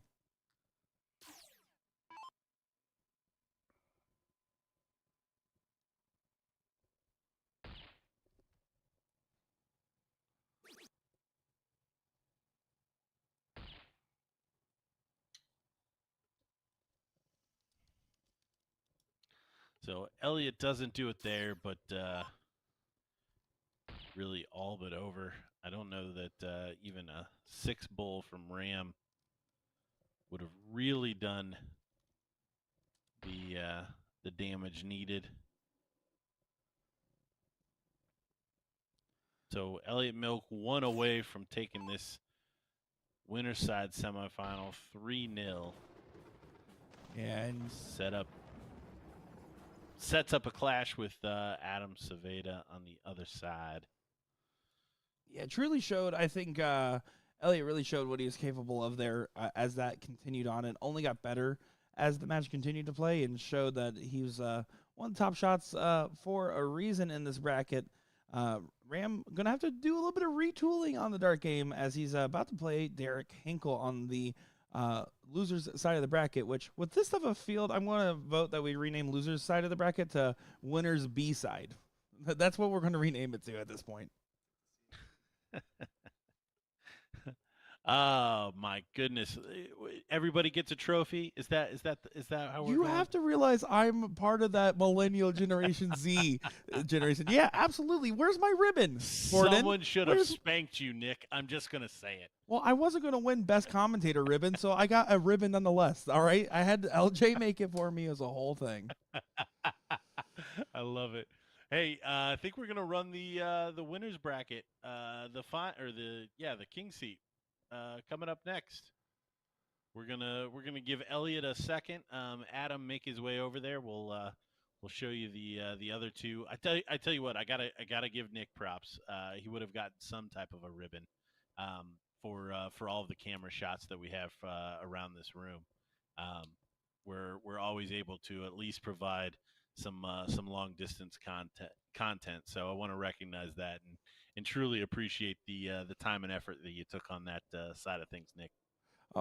Very much appreciate the kind words, and you know what? That's better than any ribbon I've ever been given.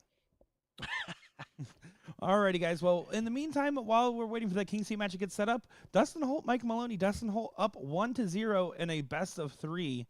Very tough matchup, and to imagine this is a 5th-6 matchup is absolutely disgusting. So we're gonna get those players over to the board, get that King seat match ready, and be back with the action in just a moment. Nick Teixeira, Gordon Dixon. Don't go far, guys.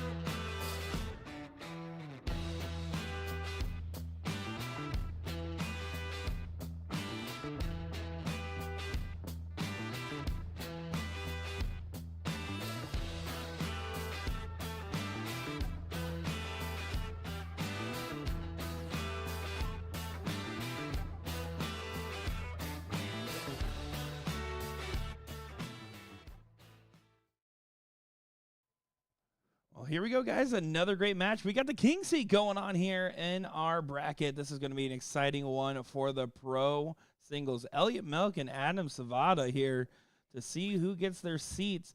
And, man, this is going to be a good one. I'm excited for this match. I'm Nick Teixeira, joined by Gordon Dixon. Yeah, this is probably the two best players that we've seen. So I always like when that's how it works out. It doesn't always happen like that. Somebody can always get hot for a couple of legs. I do think Savada is a favorite here in this final, just given the standard that we've seen from these two.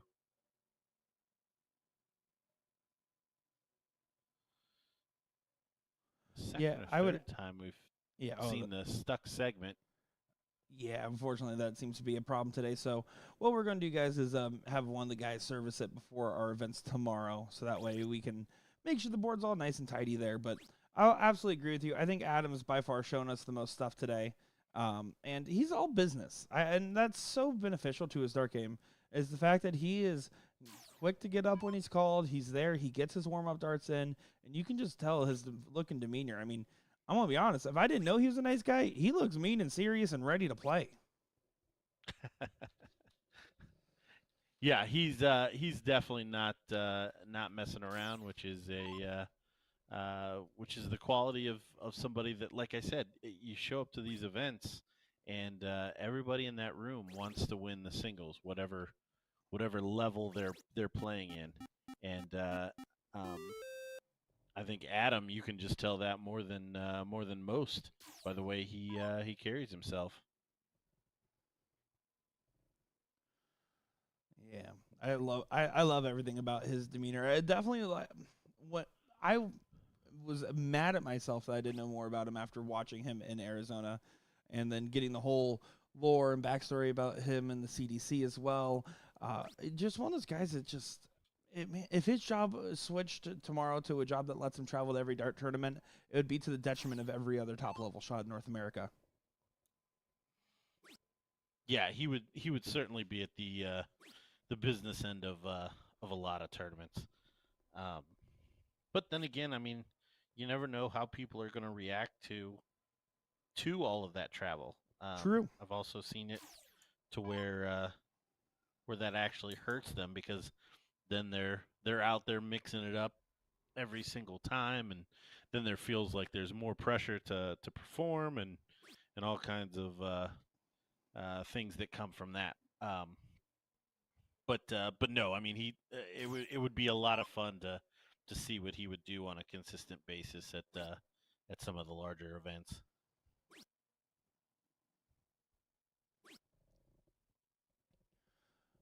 Right now, pretty pedestrian game from Savada by his own standard, as Elliot's not really been pushing him too much in this one.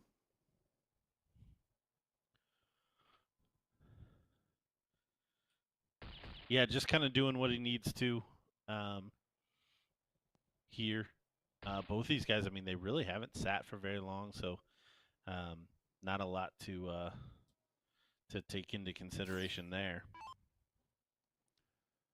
Yeah, to give you guys some context on how fast everything's been moving, 7th, 8th right now is currently playing for the non-pro side of the bracket, which currently, to let you guys give some shout-outs here to the top 4 of the non-pro as Adam takes leg number 1 there.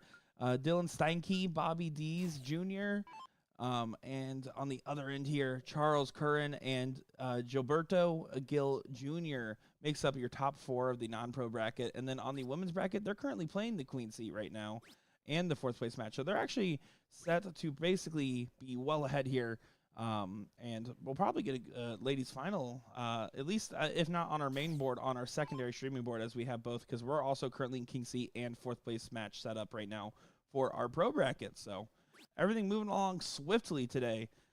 Basically saying, sorry for your tech errors. We're going to blink and you miss it anyway, so you better keep up with these high-octane matches. Yeah, how about the a shout-out to the newbie official tournament director, at least for this weekend, with some people off. LJ, a commentator, a producer. Creative director, I think is Hmm. his official title, and now sitting at the helm of the tournament. Yeah, official title is creative director. I thought it was just a little guy was his title. I was wrong by that apparently, but no, he's been doing a great job. He got asked to step up and say, "Hey, can you be a tournament director for this one? We need someone that with the experience in TKO, with the experience and everything. And you've been the guy that's been at the most stops, and we need somebody." And he's like, "This is my first time in the 13 years of company being able to do this." And he was, I'm not gonna lie, it wasn't that he was nervous. He was wanting to make sure he was 100% ready. And so far, between the setup and everything else, he hasn't paid me to say this. He's doing a phenomenal job with it, and seems like the players are happy with it too. No, I've enjoyed working with LJ over the last couple of years since DJ and I've been doing this. So um, I knew he'd do a great job. Glad he wanted the opportunity because sometimes you get thrown into some of those positions that you don't want to be in. Yeah, certainly. That's how I felt when they asked me to start working with you guys. No, I'm just kidding. I'm just kidding. Well played. As looks like FKL in the chat. What's going on, Kevin Luke? How you doing, sir?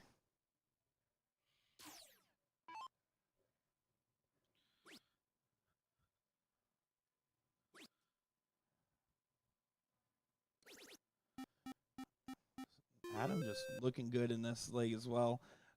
Not the fancy 6-0 leg that we saw out of him earlier, but he's just firmly holding control so far. It doesn't look like he's really getting challenged or pressed too much by Elliott here, other than the occasional big hit. I mean, that's a good shot there from Elliott, but just momentum-wise, I don't know if that's going to be enough to start changing things here. Yeah, honestly, it's just not needed to. So part of that, I think, is again just that business-like mentality that he's got. Um, Sprinters, when they're running in the qualifiers, they don't top out. They do what they need to qualify to go to the next one. I don't think it's that easy to do that in darts by any stretch, but there is a certain element of that, and I think the performance that we're seeing out of Adam here.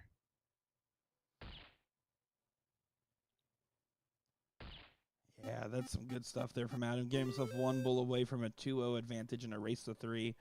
To know that he's either going to have to, if things continue this way, his options are going to be either Ram Guevara again, Mike Maloney, or Elliot Melk. So having those 3 options of people so far that could be making their way back to this final, I mean, Adam definitely wants to secure that win here, so that way he doesn't have to worry about a potential double dip situation, because none of these guys you see likely to get double dipped.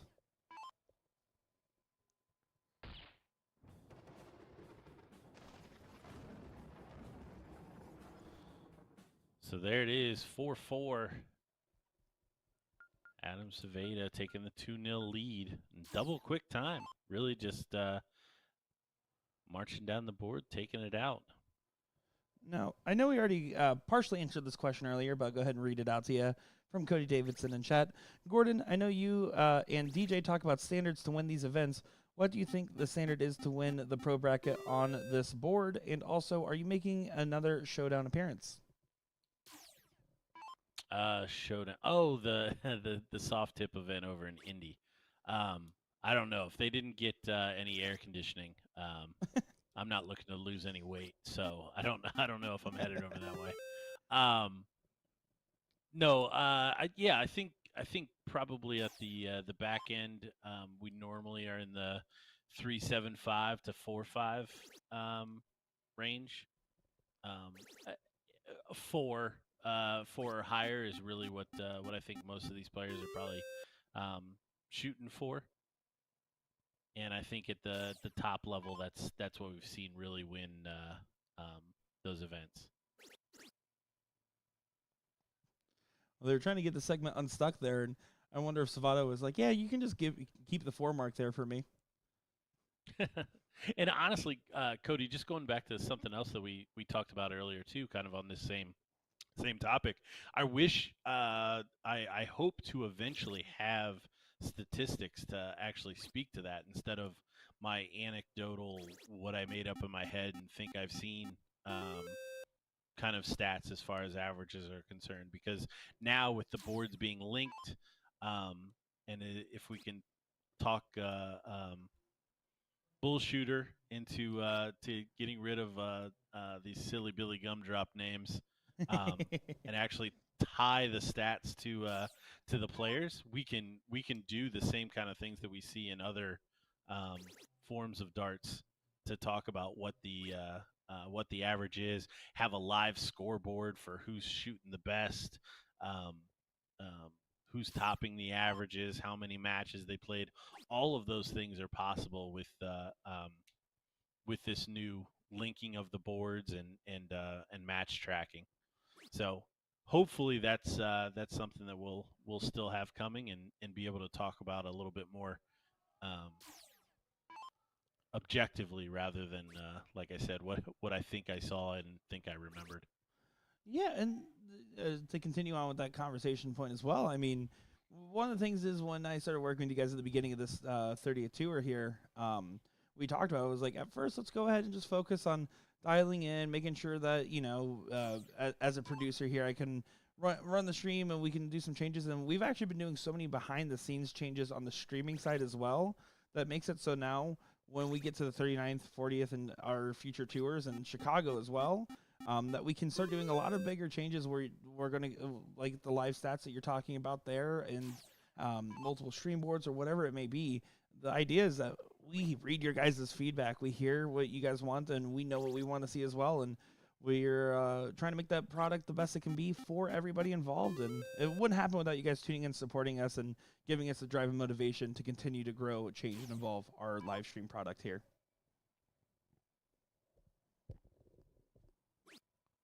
What he said.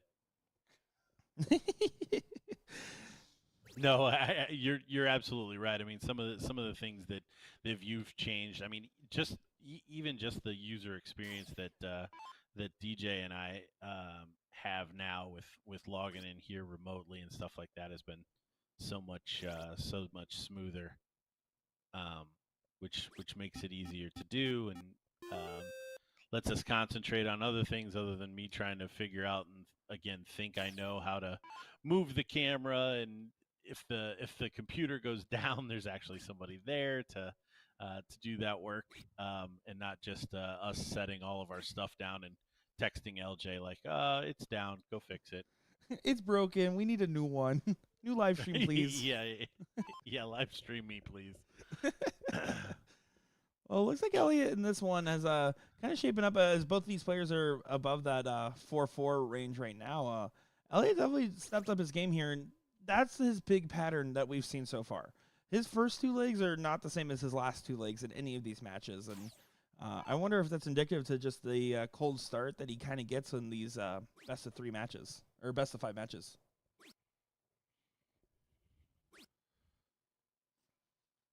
Cody, the F stands for friend.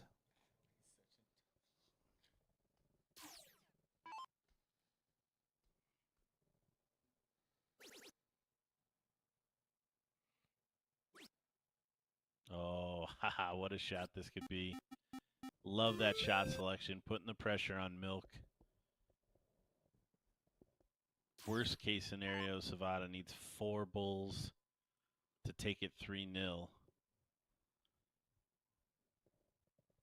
And look at this. Elliot deciding not to close the 15s. I don't agree with that. I just no, not at all. We saw this earlier too. This was the same shot that Edwards took in that same position, and Elliot's going to pay dearly. You close the 15 there. You force your opponent. He's going to have one shot to hit four bullseyes, and that's if you don't hit the triple 15 on the first dart and close it in 3. And now Elliot finds himself in a situation where Adam can continue to dictate. You can take a shot at the bull, chip away at it here. You can decide to pound onto his point lead. He has the 2 advantage, so he can take as risky of a shot as he really wants here. Now we'll pivot to the 15s here to try to add another bull. Oh, the PA announcer got in there. The PA talk happened right as he was about to throw that. That's what that was, if you're guys are curious.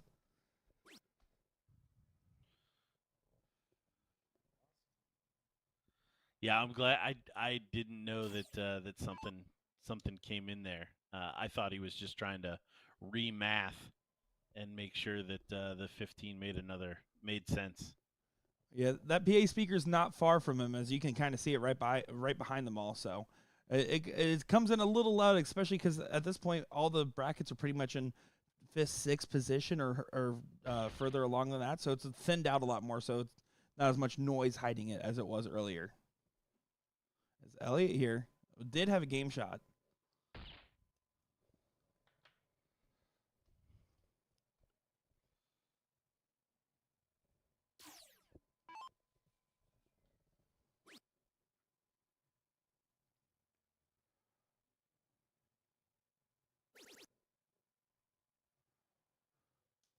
Yeah, great last start. Absolutely needed last start too. It makes it so that way at least there has to be 2 bulls hit before the 15 shot can be taken. But Elliott, so far, pretty good on the bulls.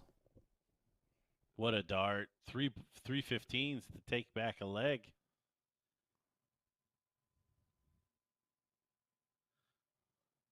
Oh, and he gets away from him. Oh. They did not look as get pretty as there. his other darts. Those 2, I think he was trying to place it in there a little bit more than how he was just kind of relaxed throwing earlier. The 15s are free. They are completely free.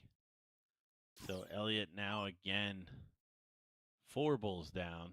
So still with a shot.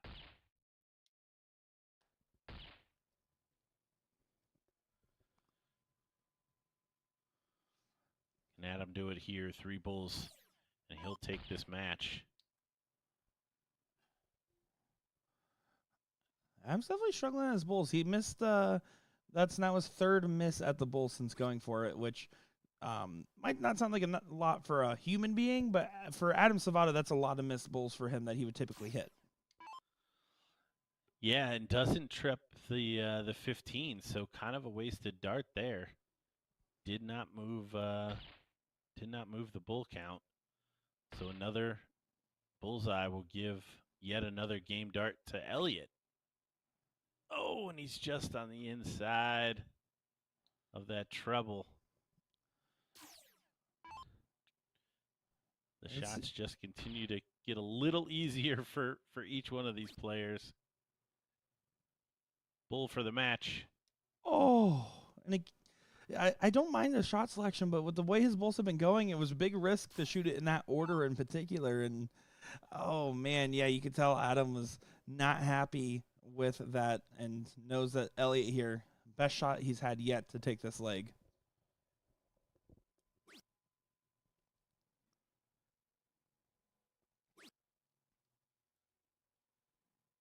Those were 2 gitchy darts.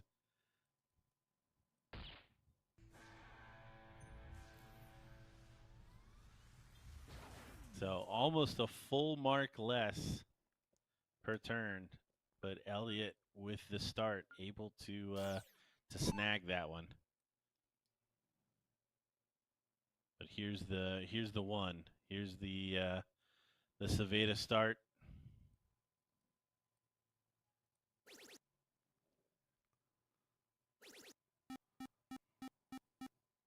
Rocking the board. That's how good his shot was.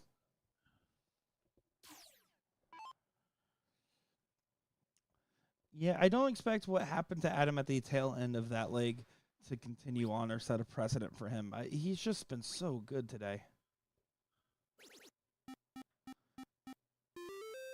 What it will do is let Elliott truly settle in and start playing more to his ability.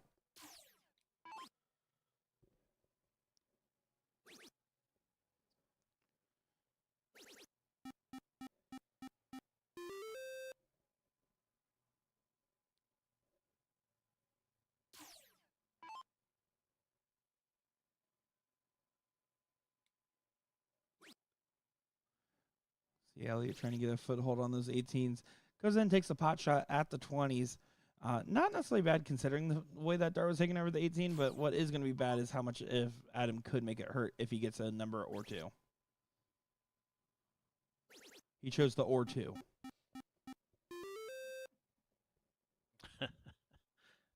Solid choice. Solid choice.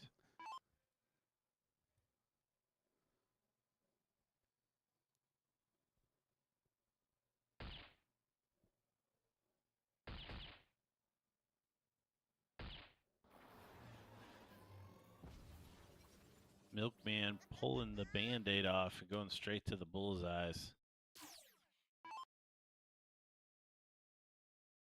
Not a bad idea, as Adam definitely struggled in the last leg. It's going to give him a free one here.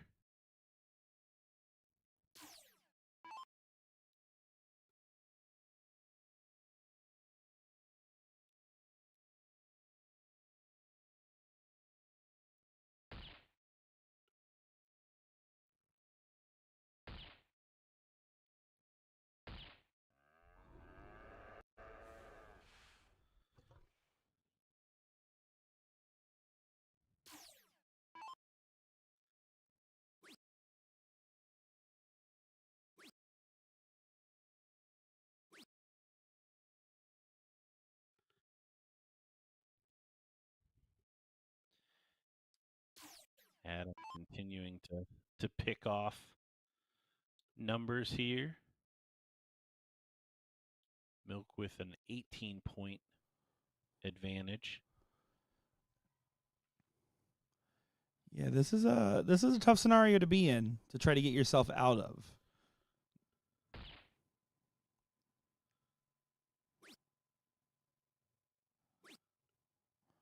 And that's probably the best way you can shoot something like that there. I mean, we saw with Edwards trying to make his way on the bull comeback is if you're going against multi-real estate type situation when you're on the Bulls, you take your shots for the points and try to get one number at a time unless it's a game shot for all three.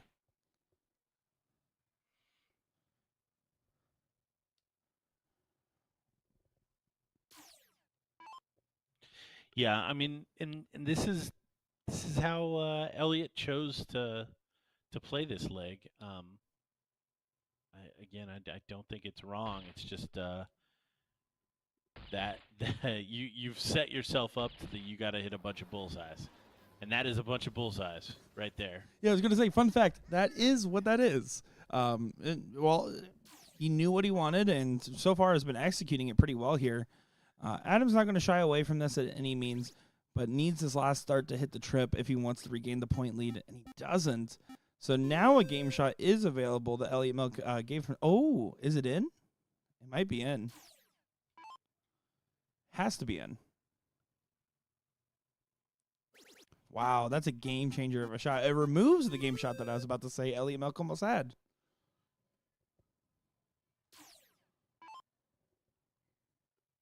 Yeah, what a shot there.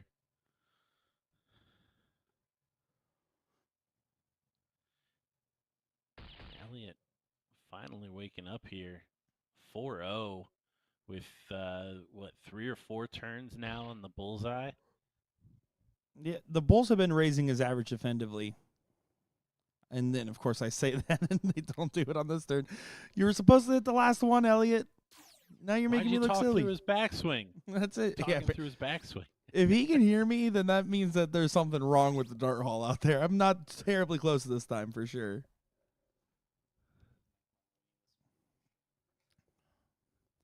I almost wonder if Adam on that last start just grabs the 15 house as well with the dash he already has on it. He went ahead and tried to take a shot at the bull there instead. And in either case, shooting the bull there left the game shot if he hit it or not. Not an easy game shot, but it is a game shot.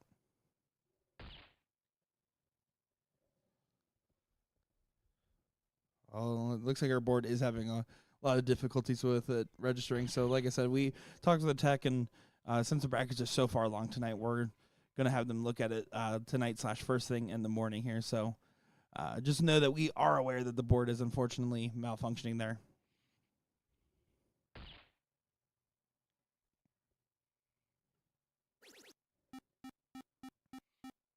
a shot. Milk showing exactly how this this way to play the game can work. Good answer from Adam there, but now leaves the 6 mark in the hands of Elliott. I'd be very surprised if Elliott doesn't start on the bullseyes here. I know he does just have a 6 mark to win, but he's done a lot of work to keep Adam under pressure by scoring on that bull. And yes, he's going to start there with a P hole straight away. And now we may see him take a shot. Yeah, interesting shot selection again. I agree with you. I think the way he's been pressuring on the bull that first dart there is great, and he hit the double. I think he could have afforded to take the shot on the second dart, though.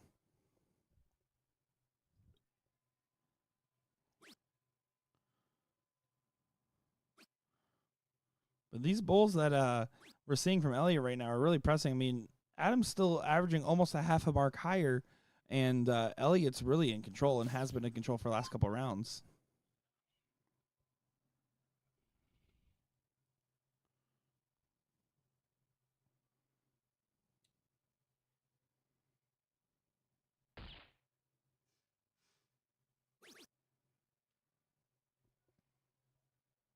The third dart, extra pepper, treble 16.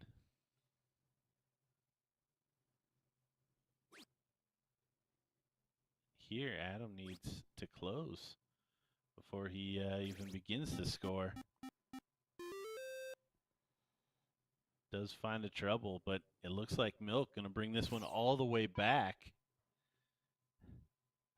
An absolute showpiece here on the bullseyes and picking off the open beds. And you can see a little bit of a crowd building up right now for this, as everyone's kind of just watching and saying, all right, who's going to make the run? As we did get confirmation. I'm fortunate that fourth place match wasn't intended to be held, it looks like. But at this point, they're one game away from playing. So at this point, I guess they're going to wait it out. I'm not sure why that happened there. So do apologize to everybody, except for all the Mike Maloney fans that are excited that they'll get an extra match of him on stream. Yeah, that was definitely not intentional for those players, so do apologize to that.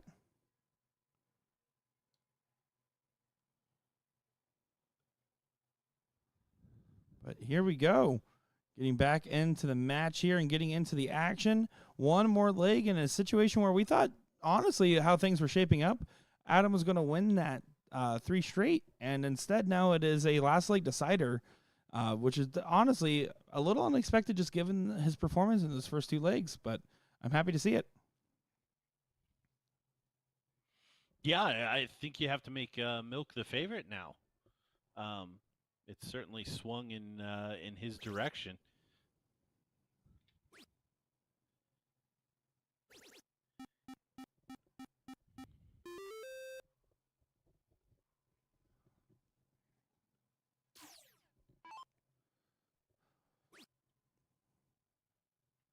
Yeah, that 7 mark opening exactly encases that, right? It's showing that the momentum's starting to go in his way and showing that you just feel a little bit more settled. I really think the best version of Elliott's the one that's already 3 legs in. That's what we're learning so far from what we've seen from his matches. Yeah, there definitely appears to be a warm-up period for Elliott. Oh, as he gives a "you're number 1" to the darts. Love it.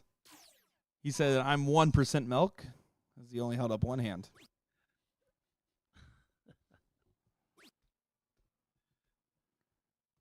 Can he find it over top? He cannot.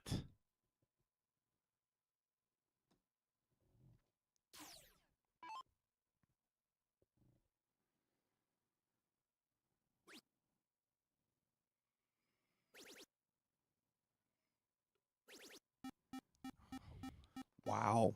How the turntables here.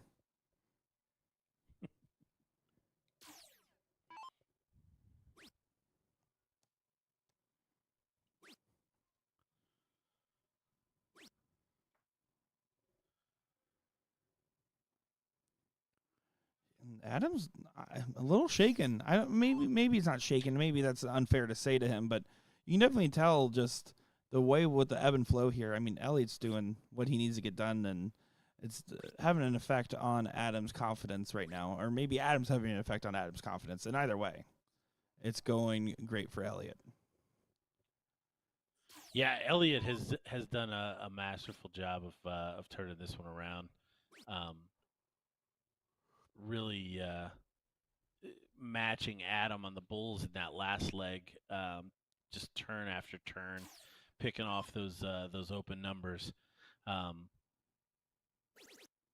Can certainly wear on you, and I think what you're seeing from Adam was the fact that eventually gets to you. Like, man, it doesn't matter what I do. I was up 4 numbers, and the guy came back and won. And it wasn't like Adam wasn't putting in 3, 4, 5 marks behind him to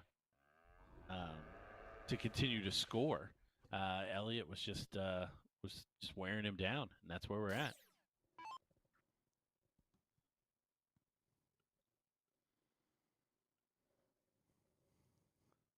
Well, now those plentiful bulls that were there for him in the last go aren't there, and so are we going to see a little bit of the inverse?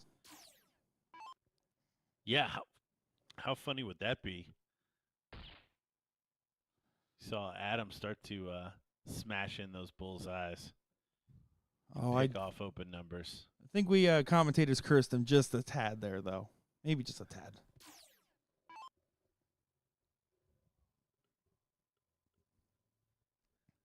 We'll see here. I honestly would prefer Elliott to grab that 15s because he already has that mark there.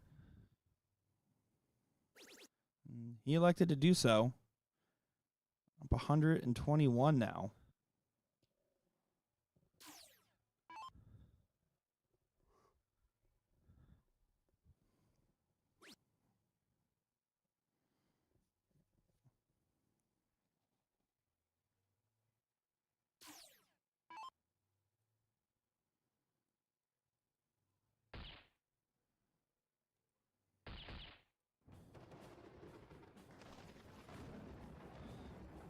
There it is. Elliott Milk with a heck of a comeback there. In the end, over 4, I believe, in at least 3 of the 4 of the 5 legs. Adam's certainly fallen off there in that decider. But again, I think that's forced errors from Milk in the previous leg. Yeah, I couldn't agree more. But the most interesting part of one of those 4-0 games is simply the fact that it happened where he was coming back on the Bulls for more than 6 rounds, and his average was increasing using the bull. So certainly impressive, and as you put it, a masterclass in coming back from behind. Good stuff from Elliott Milk there. What you guys are seeing right now in the meantime is actually the 3rd place match of the ladies. So it's going to be Caitlin McKinney and Tracy Young going at it here. So to give you guys a good idea of what's happening, we're going to get coming up next on our stream board, Mike Maloney, Ram Gavara. Then after that, while the 3rd place match is playing, more than likely what we're going to do is get the women's finals and then get the men's finals. That way you guys get both there, and it shouldn't have any holdups for anybody. Of course, timing dependent. If not, we have this extra board view right here where we get this cool point of view of seeing these players. So in either case, we're going to get some action for you guys. Gordon, I'm excited to see how this next couple matches here develop, as this plot line is getting very, very interesting, wouldn't you say? Yeah, absolutely. Again, BullShooter Invitational on the line for not only the men but also the women. So definitely stick around. Let's see the conclusion. You heard the man. We'll be right back in just a second, guys. We're going to get that 4th place match set up on the men's side, and we're going to enjoy the 3rd place match for the ladies in the meantime. Nick DeShera and Gordon Dixon, be back in just a moment.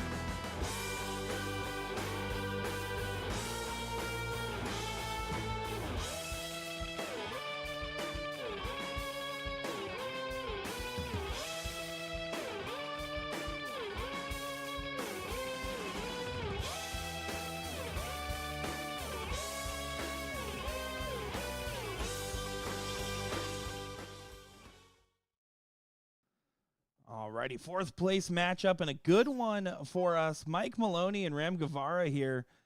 Excited to see how this one will develop as Mike Maloney coming off a 2-1 win over Dustin Holt, showing that he's feeling good. And Ram there beating a 2-0 win over Derek Hinkle to get to this point. So excited to see this one. Nick Teixeira and Gordon Dixon in the booth. Yeah, interesting to see where Ram's at. A few struggles the last time we saw him up. Now, for context, the last time we saw these two play on a live stream was actually the last time I saw them, I should say, not we, but I saw them play on the live stream was with the finals of the CSC, where it's a race to 9, and Mike Maloney had an 8-4 lead.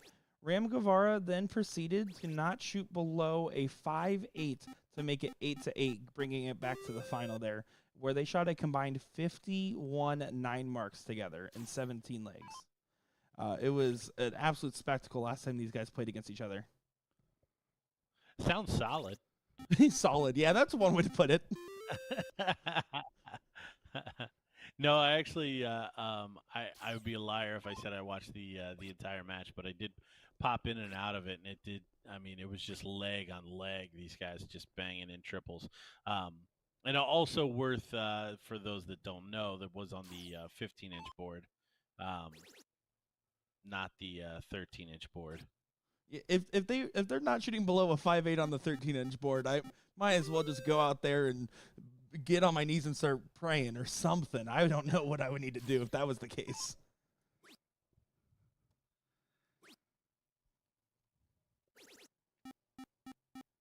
Good last there from Ram.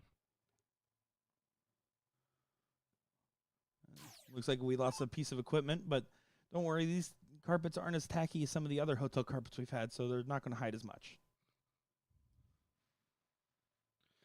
Yeah, important match here for Maloney. Definitely wants to get back to see if he can exact some revenge on Adam, who knocked him into the losers bracket.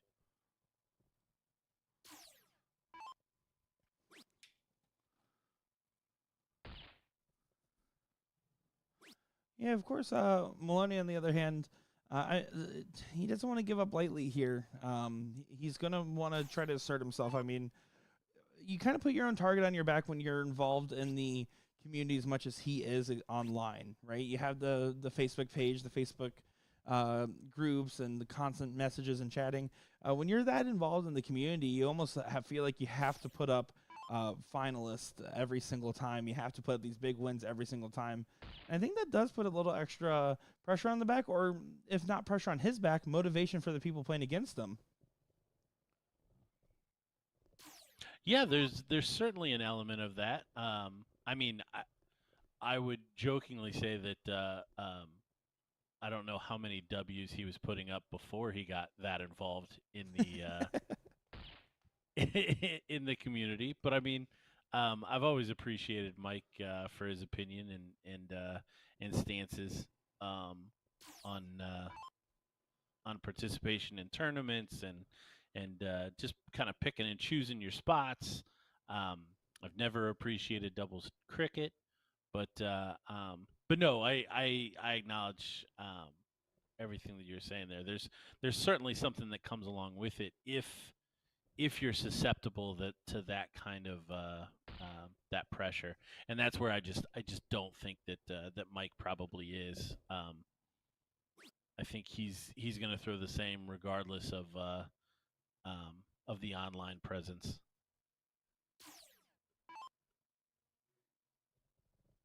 You can see them having a laugh exchange there as Maloney hands Ram back the dart that bounced out there.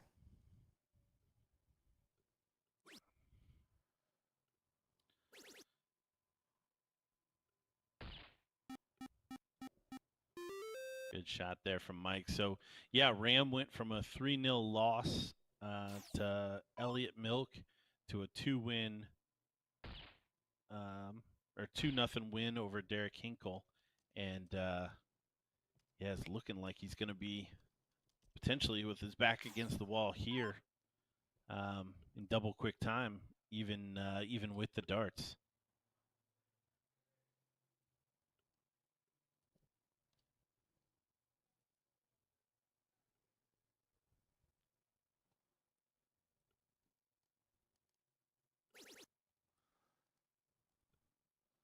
So it looks like we do have our women's finalists as Abby Spott and Caitlin McKinley, which will be your ladies finalists, which will be coming up next on our feed as the third place match will be playing on the boys on the board next door once this one concludes. So excited to see those ladies on the stream here in a little bit.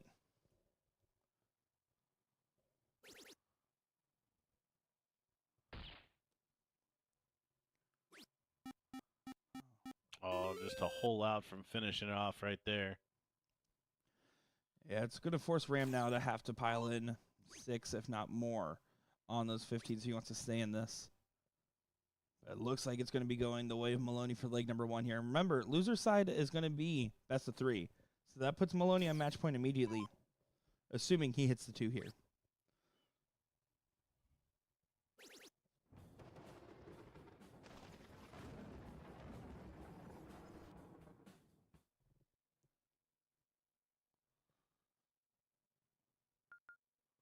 I believe Ram, if I've read the lips correctly, just asked if that was the first game.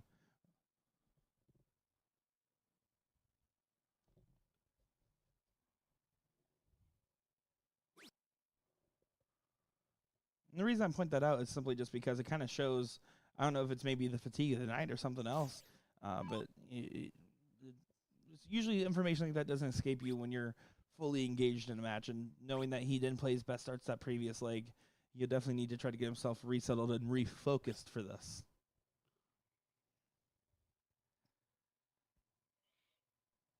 Well, the hat is still absent, so there's that indicator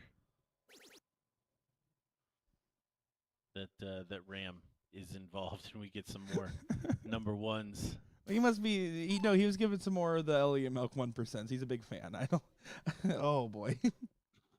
I went up to Elliot after that. I was like, hey, thanks for that, by the way. And he said, well, you could edit it, right? I'm like, it's live. What do you mean? You can edit it. That's funny.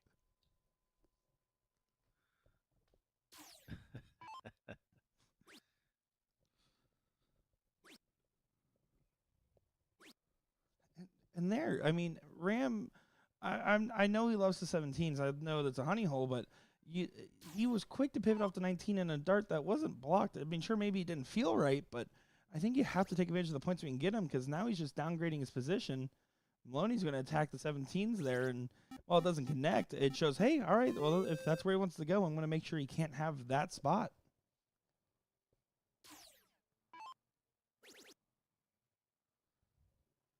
Yeah, we've seen this quite a few times from Rand, just moving around the board at odd times. I think in that particular case, this is probably a needs-must scenario. He needs to continue to pressure Maloney. If it's a straight 20s versus 17s or 20s versus 18s, he's probably not going to win that. I do see, so I don't mind the shot.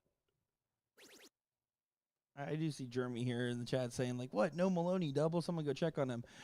Listen, we might have arguments on whether or not to shoot at doubles, but even Maloney will attest there is no doubles in 13-inch board cricket. I don't think he would give us that. I don't think he might. Would give. He might. I don't think he would give us that. I'm going to interview him this weekend, and I'm going to get him to say it. I'm going to bet a steak dinner in Chicago on it. All right.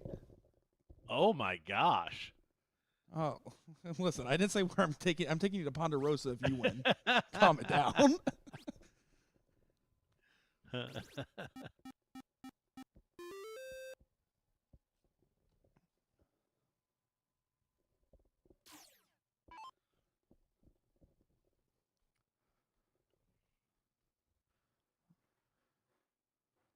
I do like that. There's a back tattoo showing going on in the background over there.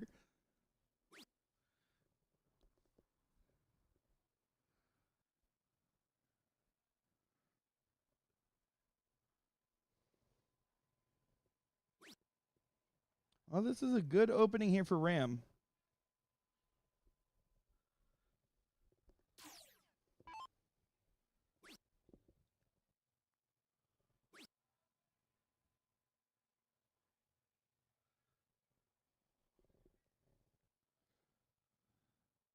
Oh no, the chat's already starting to mention different restaurants. We're getting out of hand, guys.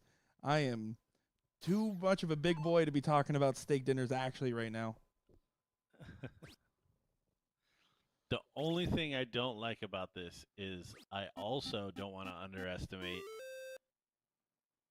Mike Maloney's desire to make me buy you a steak dinner. Oh, when you put it like that, sounds even better.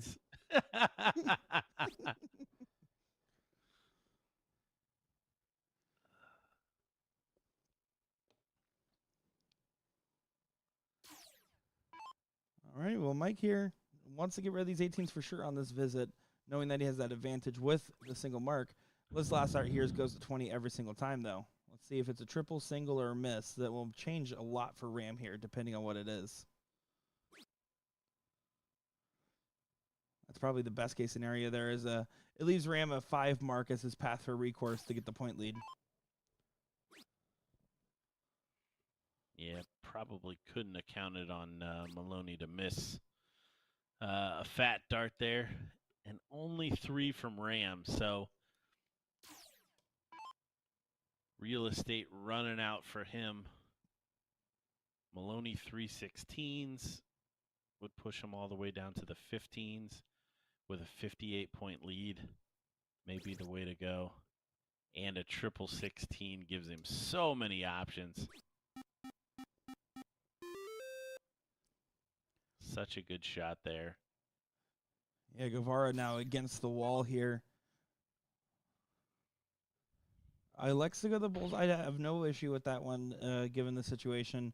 But the fact that he only capitalized 1 there basically hands Maloney the opportunity on the silver platter here.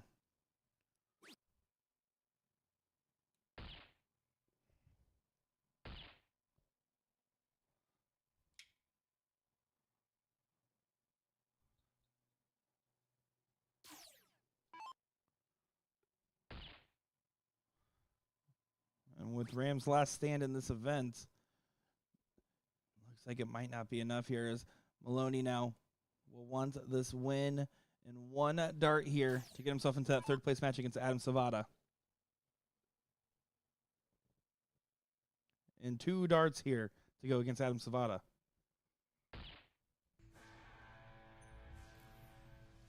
He gets it there. You can see some respect between the gentlemen, some hugs there. And we're actually building up a little bit of a crowd because, for the record, there are 0 chairs in this room. We purposely didn't want too many chairs with the limited space, and these people are choosing to pull up chairs and start getting to the finals as the room's thinning. So it's cool to see these people getting the support. So coming up now, going to be that women's final for you guys.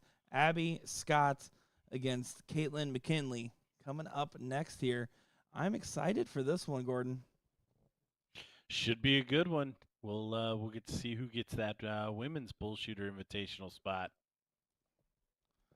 Yeah, exactly. So give us just a quick second, guys. We're going to get the ladies over to the board there. Make sure that men's 3rd place match gets underway as well on our sideboard, and we'll be bringing you action as it happens. So don't go far, folks.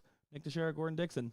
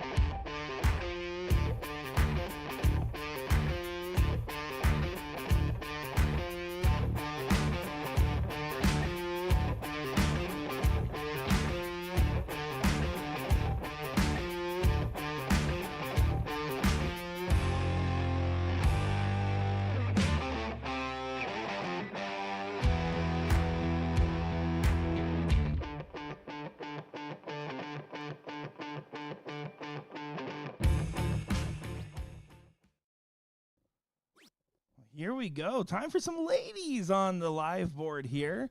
Getting the finals going for these girls. I'm excited to see it. This is going to be Caitlin McKinley and Abby Scott taking it on the ladies final. And this should be a juicy one. Caitlin, a player that I've seen the name of, but haven't had a chance to commentate yet. And, of course, Abby, no stranger to the live feed here. So any girls game, as Abby is your seat holder. Excited to bring you this one, Nick Teixeira and Gordon Dixon. Yeah, I would have. Abby would have been one of the names that jumped off for the ladies today. So no surprises here there as we see her fill it up for a nice hat trick. It's going to be a tall order for Caitlin, but certainly has done her part to get to this final. So expect big things, even though she does have quite the hill to climb. Yeah, a couple other mentionable ladies as well that I had on the radar for this event would be Hunter Smith and Nicole Kohlhoff were the other two that I was keeping my eyes on. Two ladies that really don't need much of an introduction. But of course, Nicole Kohlhoff, someone I have a grudge against because she beat me in Dart League. Now, I guess I could run through here. Is Hunter's husband here? No Jake this weekend. I was talking with Hunter, and she's like, I'm sorry, Jake's not here, because she knows I love Jake. So she's like, I just want to let you know right off the bat, you guys can't hang out, because let's just say Jake and I had a little too much fun in Fremont this last Team Dart. That's funny. So yeah, that it didn't even dawn on me that I didn't see Jake, and I did see Hunter's name on there. So glad I didn't just completely overlook him on the singles, because he's certainly one that that can play as well. As we see the big 1-2-8 finish from Abby Spot, already putting herself one leg away from taking this title. Yeah, 12 darter there. Great stuff from Scott.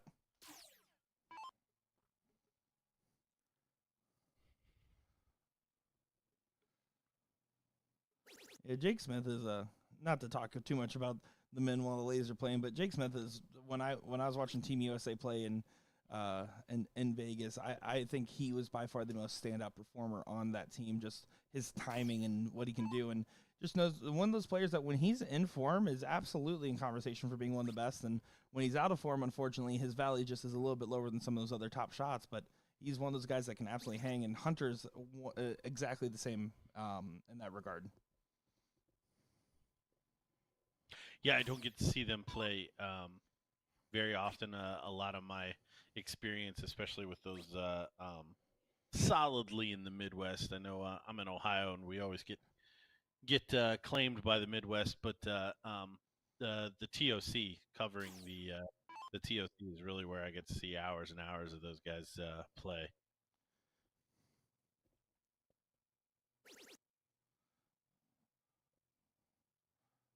Well, it seems like so far Abby's been playing classic Abby darts. We saw in the last leg and then into this one.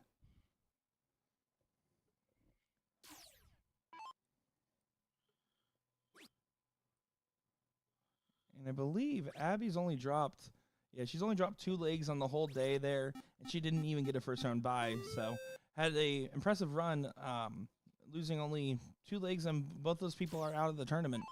So Caitlin's going to have a tall task to try to be the third person to get a leg off Abby, let alone winning against Abby. But obviously she's gotten to this point. She absolutely has the game, and I'm excited to see if she can prove it here.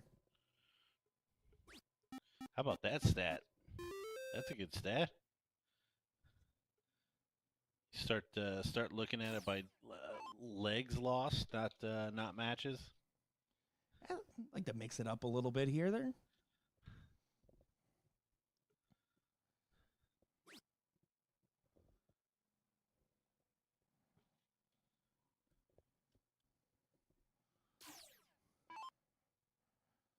Well, Abby, you kind of expect her to throw at these 20s here, get a shot at him, and she's going to go right away at it.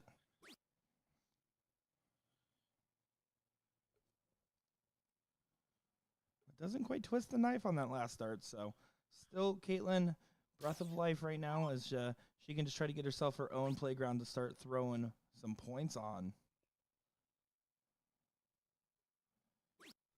Oh, and just hugging the wire.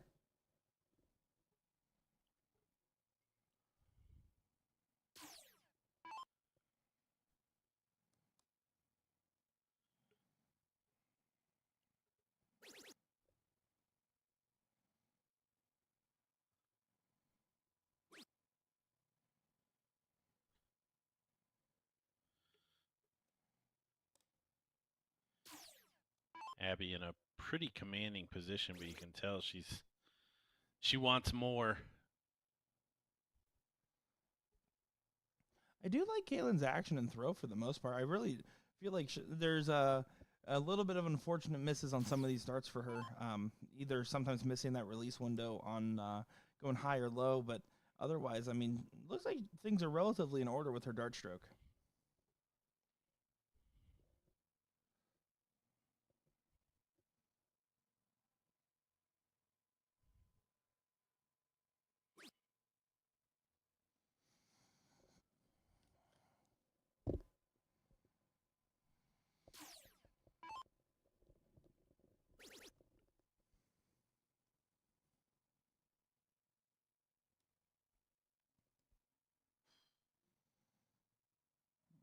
Abby kind of giving herself a look of frustration there. Doesn't want this 18 battle to continue.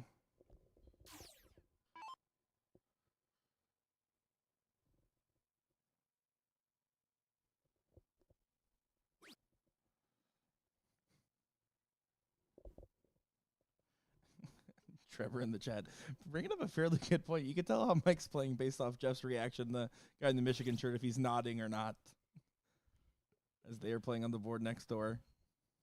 It's I currently 0 refuse to look at a person in a Michigan shirt. That's for the best. It is truly an eyesore of the shirt. I mean, Jeff is probably fine and all, but come on, man, we got to work on the apparel. I will say, with college football, having our first college football game in 10 years is so exciting. I can't wait to simulate us finally beating a non-Harbaugh-led Michigan over and over and over and over again.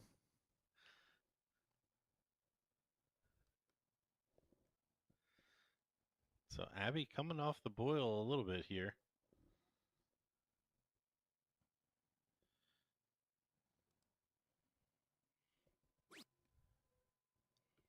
Switches targets and finds a single, but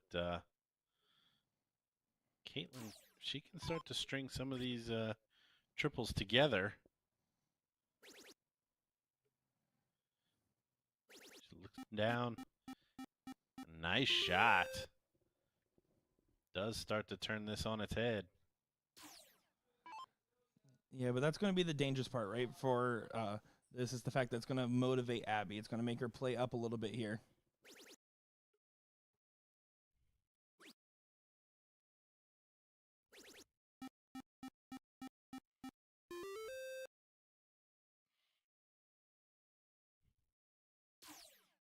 Nothing like a good shot to spur on another good shot.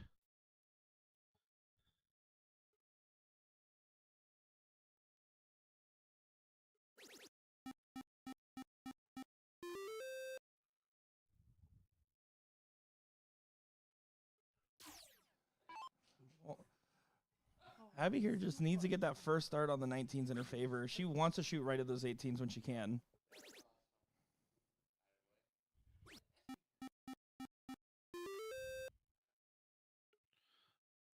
Little point battle here, back and forth.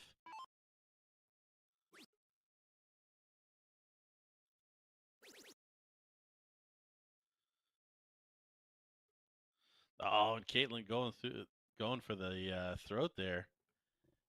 Trying to take that 19 away. Can Abby find a couple of 19s? And if she does, will she feel comfortable taking a shot up at that 18? And it looks like she is. She did not hesitate. Yeah, that was exactly the opportunity she's been waiting for. And, Caitlin's also well aware when she takes those dagger shots in her previous go that she doesn't want this to continue to elongate. They're already around 12, and right now, I mean, no one's going to question that Abby has some of the best firepower in the ladies' game, especially in the room. So Caitlin knows, all right, my best opportunities will come in these close wins, these close closes, and getting away Abby Spot's comfortability on the dartboard.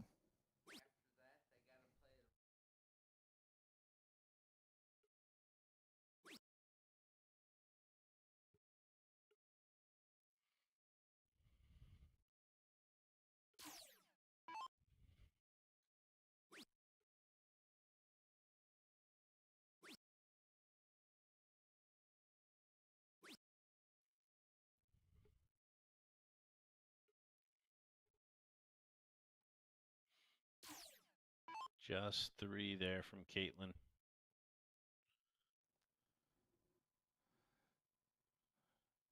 Yeah, this is a pretty good opportunity for Abby to try to close things up. That first start was well off for her margins there. Even if she was going for the 19, kind of dropped it. A little bit of that indecision. I think she could have afforded to take an earlier shot at the 16 and kind of make Caitlin get a little more uncomfortable with the board here. We'll see if she's able to settle in on those 16s. That's a great first start for that campaign. Can she kick it between the uprights? She can. That's a good shot there. Yeah, not giving up on this. Yeah, a lot of resilience for Caitlin in this, especially when Abby, after those first 4 or 5 rounds, was in the 5-0 range. To hang in there and stay and throw these numbers, you can tell Abby's starting to get a little bit more uncomfortable, a little bit more unsettled, and the tape might be changing. What a last start, though. Stuck with it. 30-point lead.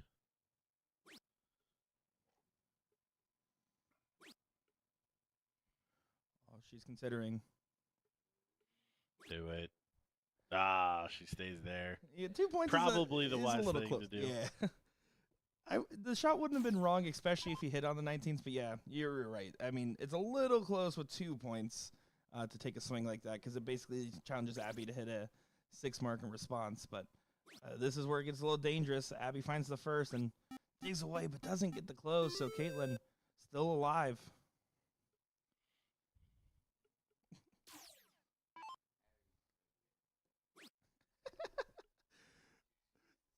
If you guys want a little extra piece of entertainment, just watch in the background as Ram was trying to give a thumbs up to Abby and be a little too much, and the lady next to Ram like pulls his arm down and shows him where to put the thumbs up. That was hilarious. This is a whole different show I'm watching back there.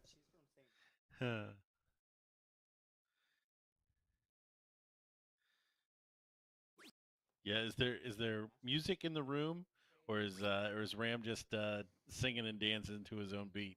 Is there music in the room? The Dart Hall music is brought to you by Touch Tunes, Gordon. Was not paid to sing.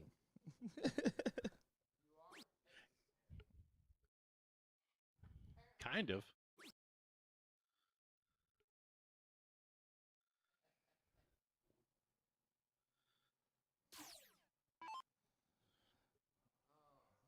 We haven't even really talked about that. That's obviously some big arachnid news. Maybe that's something that you could get a short interview with, or have LJ in the booth to talk about a little bit. Yeah, absolutely. Especially as we're continuing to develop and find out more, it's definitely exciting to see. But of course, the early silence was just a lot of us figuring out what that means on our end because the live stream team unfortunately doesn't know as much about the transition, but it seems to be something that's for the best, and I'm really excited to see how that develops. No, same here. We see Abby polish it off there on the bullseye. So your singles champion in the women's side, Abby Spot, getting that shot at the BullShooter Invitational. I'm excited to see which girls are going to take them up on the invitation and head down to Rock Hill. And is this a leg 3 shootout that we got going on here? Correct. Yeah, this is the diddle right now with leg 3 shootout. Unfortunately don't have a diddle cam from this point of view, but we are going to see who's going to get that final position. So the timing on the ladies' final into the 3rd place is better than ever.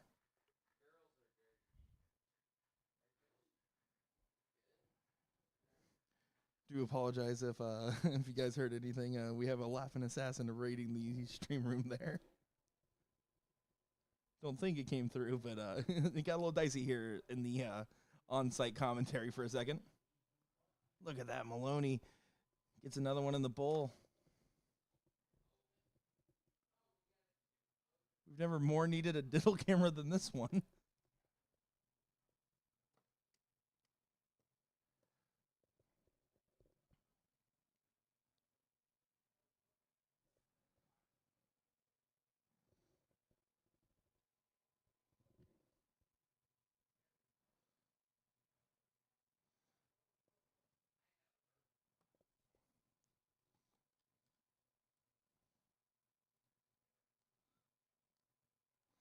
here we go. It looks like, yeah, Maloney did end up getting it there. So here we go. Time to see who makes it to the finals to play Elliott Melk to get their spot into that ESPN shootout. Normally we would cut to a break here, but we might as well just go ahead and stay on for this one as it's a one-leg shootout for the final. What do you say about that, Gordon?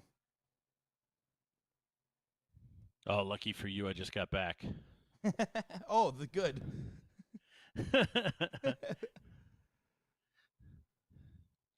Quick break after the end of the ladies' match.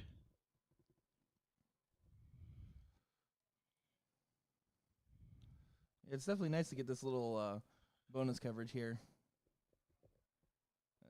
The Maloney fans everywhere can rejoice.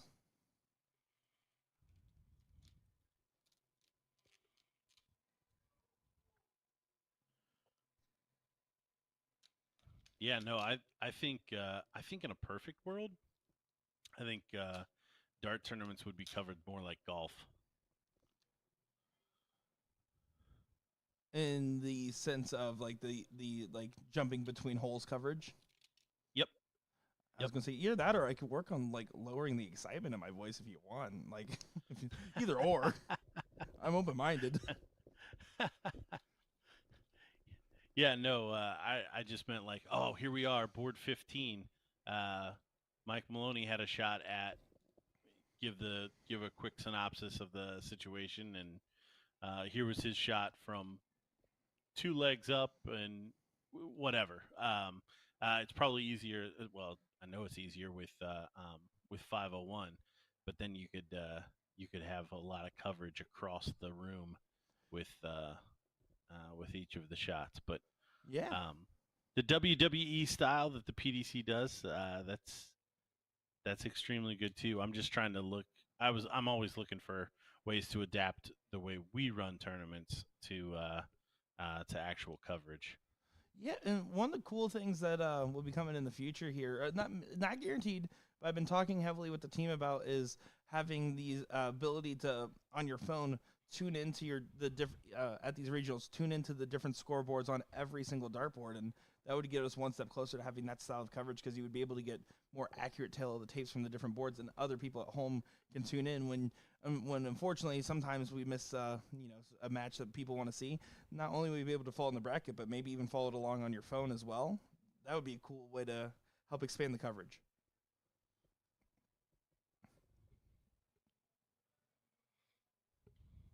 Joe asking what the Laughing Assassin's doing tonight. Laughing and rating the commentary room and all the above, but in good faith.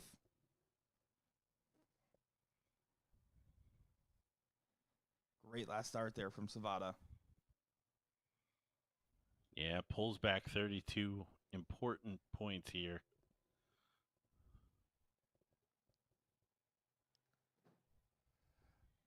I guess we're going to Ponderosa.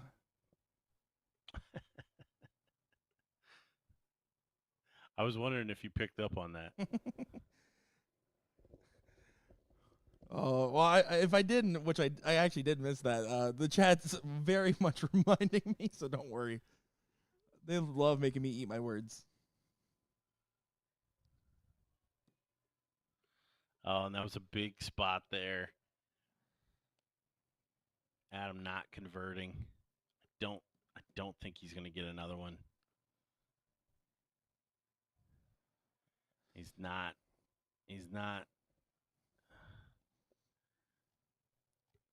Mike slamming the door on the corners. Yeah, this one looks pretty much done and dusted here the way things are shaping up. Maloney 2 boards away from going to the finals and getting the revenge on Adam.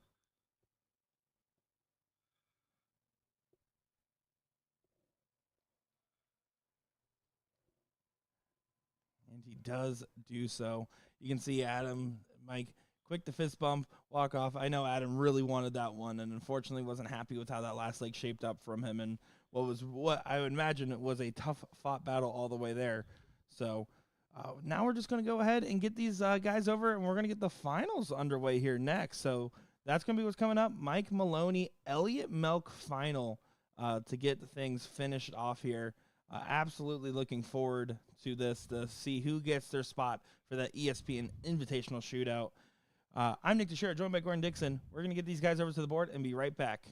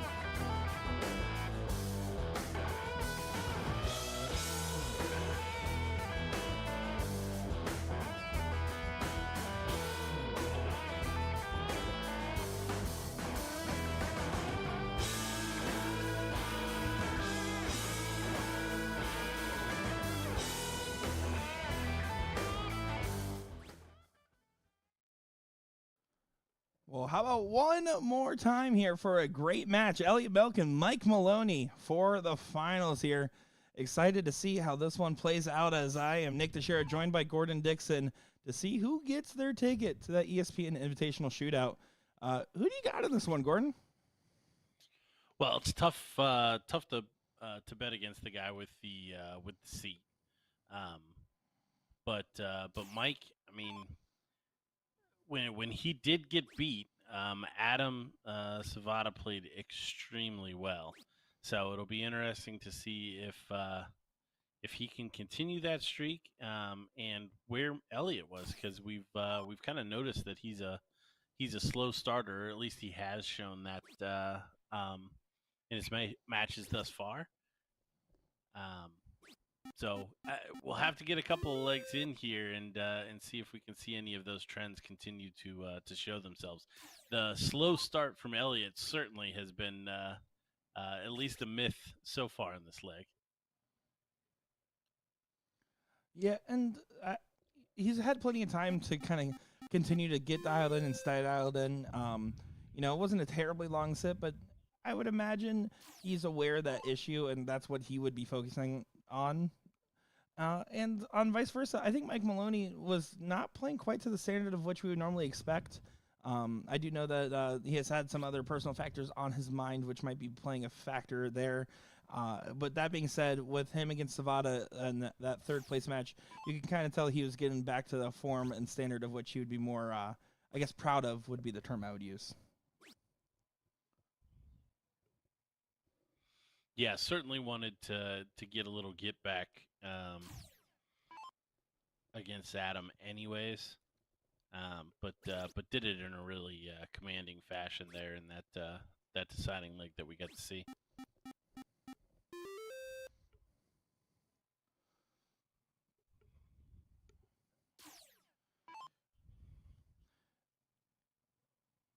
Not to make too many jokes here, Maloney, but I will make plenty of jokes on Maloney this match. That being said, though, it's funny that he is kind of wearing that incognito type outfit, considering he did just announce that him and Danny Baggish are starting a jersey company. I was kind of wondering if he was going to debut it here or not. Yeah, certainly a good place to do that for a dart jersey company to wear dart jerseys to the tournament. But yeah, that stuck out to me as well. That and the fact that I think somebody in the chat said it as well, that we've got full length pants on. There actually are his cutoff style joggers. They just happen to be a little bit longer, so you can't tell because it kind of goes right into the Hey Dudes. I think because he was trying to hide it from everybody. Because I actually looked at the same thing when I went out there and was looking for it. I was doing the whole outfit critique. Although he sold me on the Hey Dudes, man. I'm fully on those now. They are comfortable shoes. Not sponsored. Just actually like them. So wait a minute. Those are joggers? Those aren't just jeans? It looked like they were. Or he has them rolled up at the bottom there. In either case, cringy behavior. They looked like they were rolled up. Maybe I'm tripping. Maybe he changed pants too. There's been plenty of options here, but he definitely was wearing something that cut off at the ankle before. It just kind of was tucked into the shoe.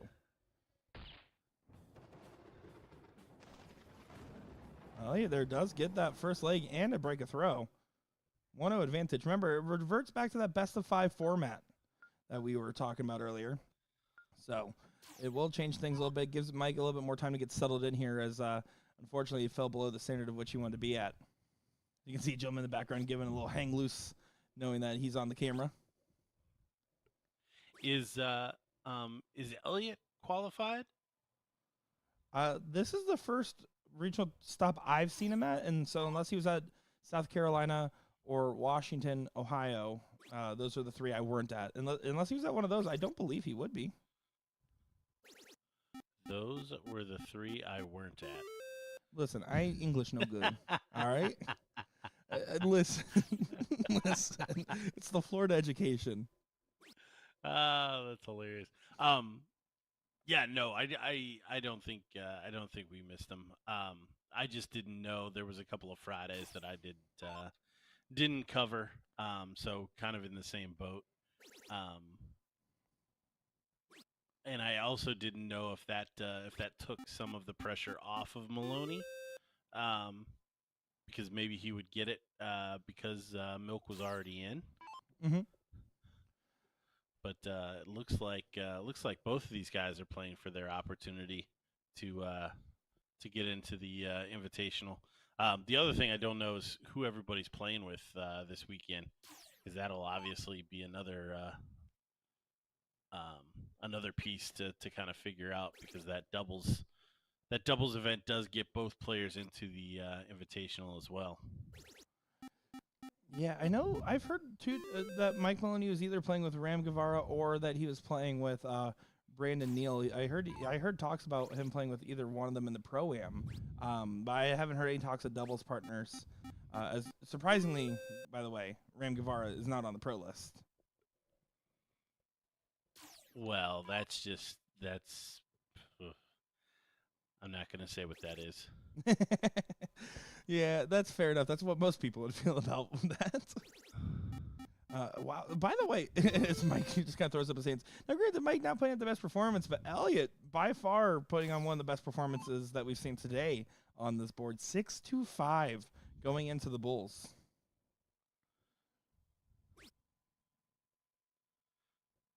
Yeah, Mike clearly frustrated, but I don't know who he thought he was going to beat with a 2-6. Correct. And that's the other end. If he pressed more, it hampers the ability to shoot as high as Elliott is currently shooting. As Elliott's trying to take it to a 2-0 advantage. Oh, it'll be a little bit tougher to do it now.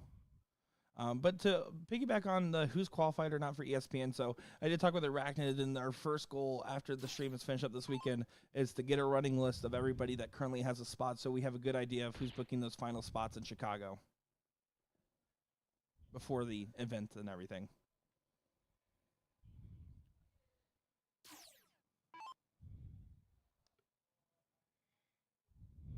Oh yeah, Dustin Holt is right. I did know that. Mike is for sure leaving after the Pro-Am tomorrow. He just came out for singles and Pro-Am tomorrow. So he has to get it done here. And being 2-0 down, looking not so likely.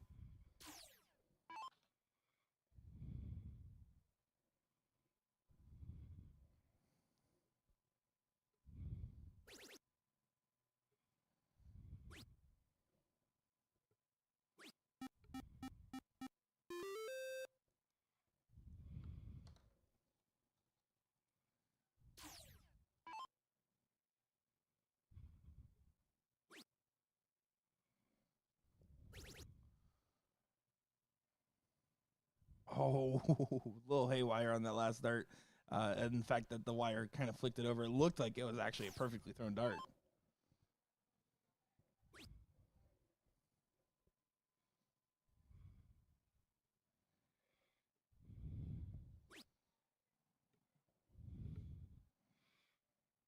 Big time frustration setting in for Maloney.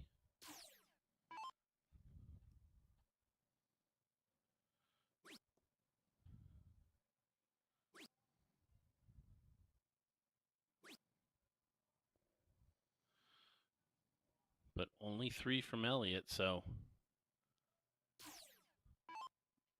only a 3.5 marks a turn start here.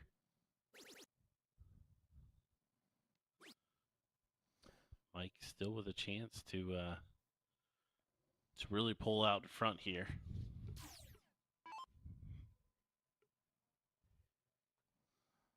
Yeah, let's see what Elliott's able to do. He's been pretty comfortable on these 9s all day.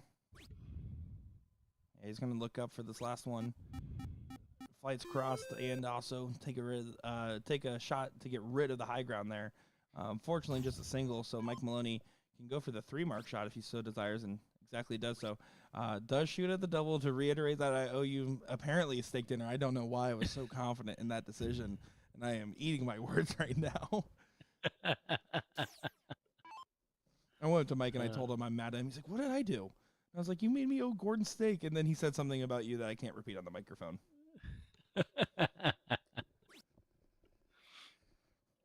Because it's so nice.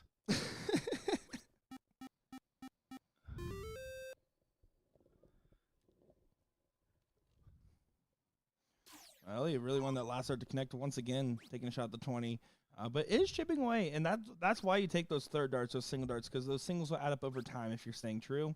And now the scenario is perfect. It's a 3-mark shot for Elliott Melk to flip the game in his favor. 2 marks of the 18, 1 mark of the 20. He gets the point lead and gets the high ground out of here. Anything else is extra.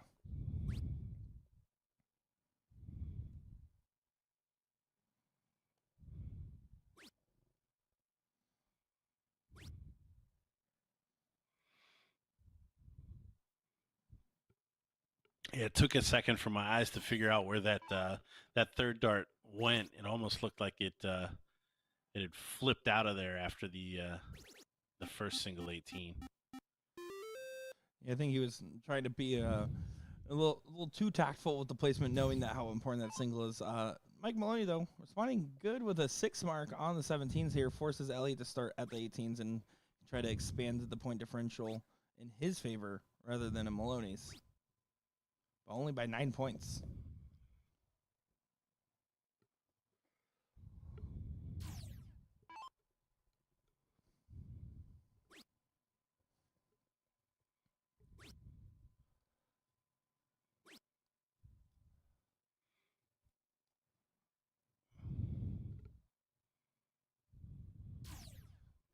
So it does look like our non-pro final has been decided. Charles Curran versus Bobby Dees Jr. It looks like the tournament staff has them lined up to play on the stream board as well, and I believe they're actually sitting in the background right there. So looks like we guys, normally we just kind of cut off our coverage after the pro's done, but in this case, it looks like everybody's finishing at the same time, so looks like they want us to finish it out there. So just a heads up, we will actually have one more match after this. I want to correct my earlier statement there.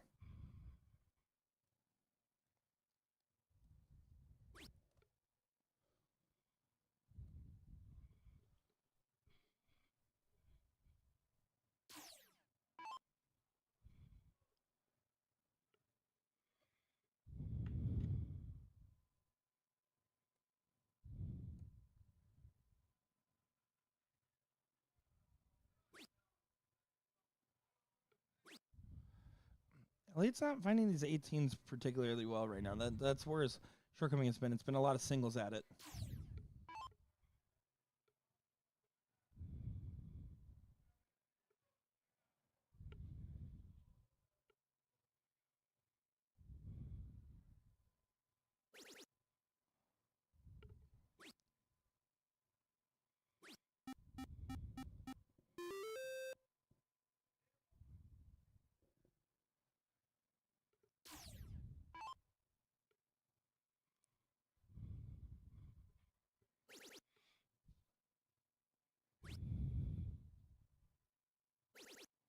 And that's a huge shot there for Elliott Melk. Finding 7 on the 16s. Getting himself right in line with the running.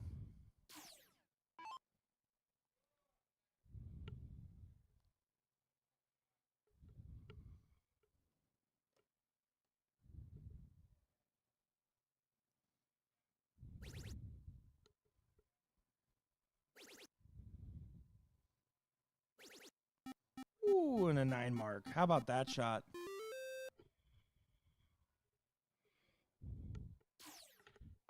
Great shot from Mike Maloney. Trying to pull this one back.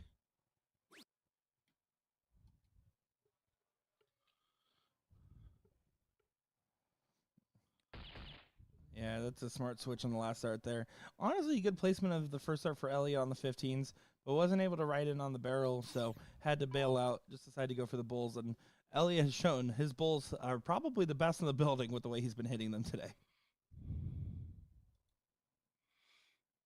Yeah, certainly putting on a clinic earlier in a comeback against Adam Savada in the King Seat match.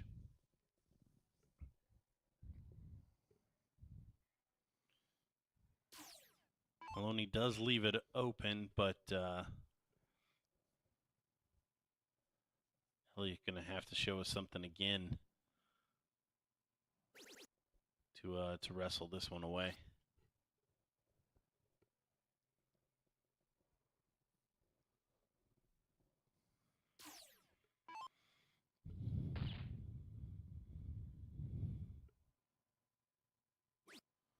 Mike just grabs the 15 on the last there. Wanted to get the bulls out of the way as well and trying to get it done right then and there. So now you expect Elliott, he's going to have to just stay on the bulls.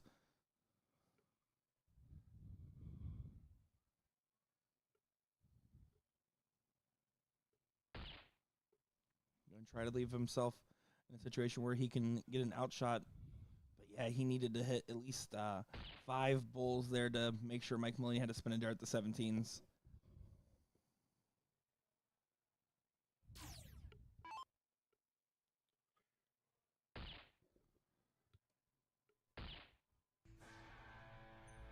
Mike gives himself a little pump up, but that's the easy part of this process. When you're down 2-0 in a race to 3, the hard part is the break of throw. And if Elliott's able to capitalize with a big start here, this could get a little out of hand. We'll see what happens. It's still any man's game. It's still any man's final. Elliott Melk to throw first.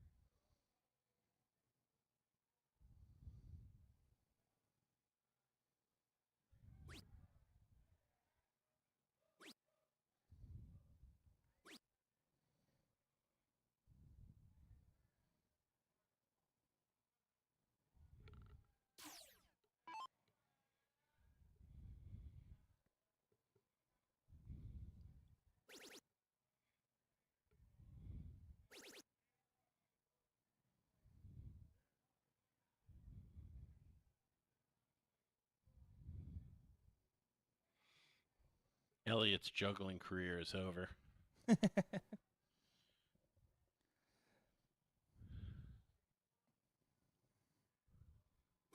Maybe not his darting one, although that didn't quite connect. I was hoping that would work. Come on, Elliott. I set you up for it.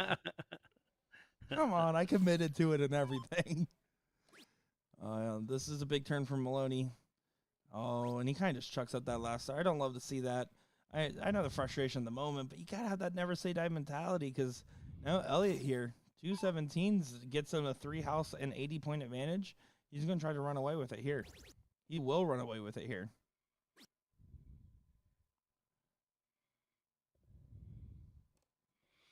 Yeah, I know he's not happy, but job done.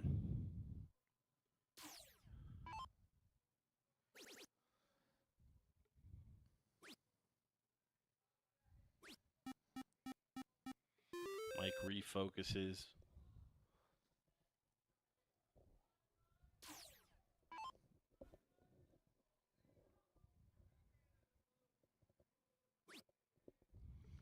I like Elliott here attacking those 16s, getting that extra house, then over to the 15s there to put a mark on him. Mike's not relegated to having to throw a 9. And really, honestly, you might want to borrow a dart and try to throw a 12.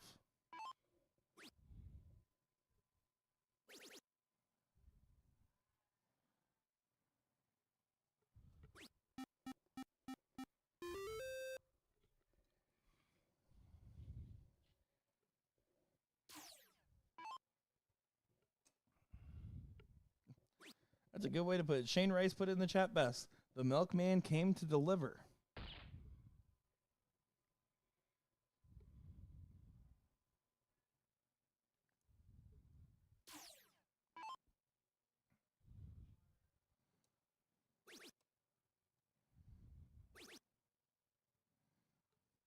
I feel like Mike really just throws those doubles out of spite. There's no way. 2 bulls. Elliott Melk to win.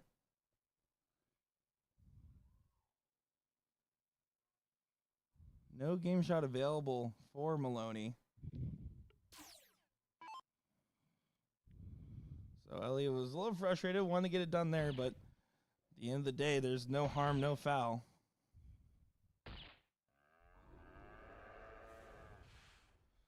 A bull and a single point is all that stops Elliott Melk from holding the title.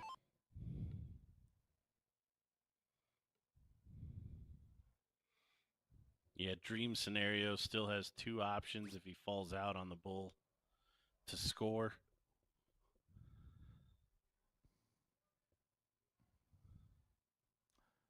No, now he's left a game shot.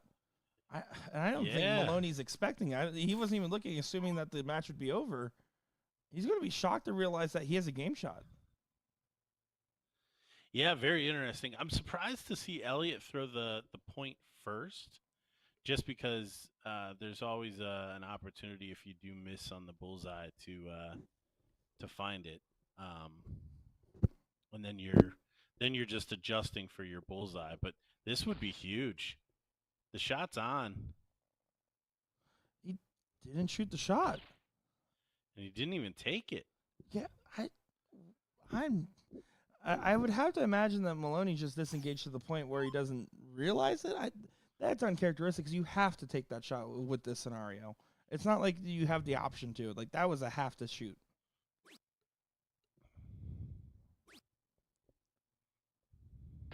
A mistake is not made twice for Elliott Milk. As the Milkman came to deliver, we saw. And you can see the handshake and the respect between the opponents as Elliott Milk is your winner of the pro singles bracket there and will get his shot into ESPN Invitational Shootout. And Hulk smash his way to another second place in-person remote. Would have won it. We got the amateurs coming up next in the Open. So don't go anywhere. We got one more match for you to finish off this Friday night, early Saturday morning in Omaha, Nebraska.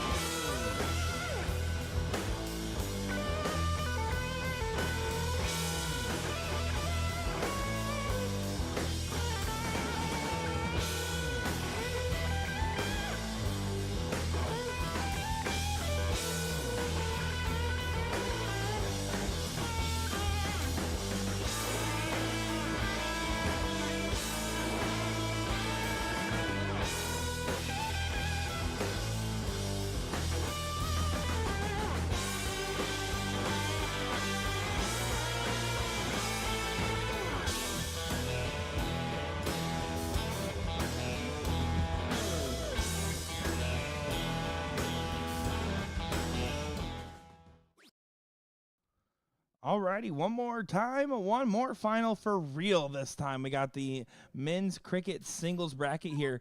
Charles Curran and Bobby Dees Jr. going on the dartboard here. Excited to see the amateur side of the bracket. Unfortunately, I'm going to be honest, two gentlemen I am not as familiar with, but I'm excited to see them play. Yeah, same here. Bobby D's looks familiar.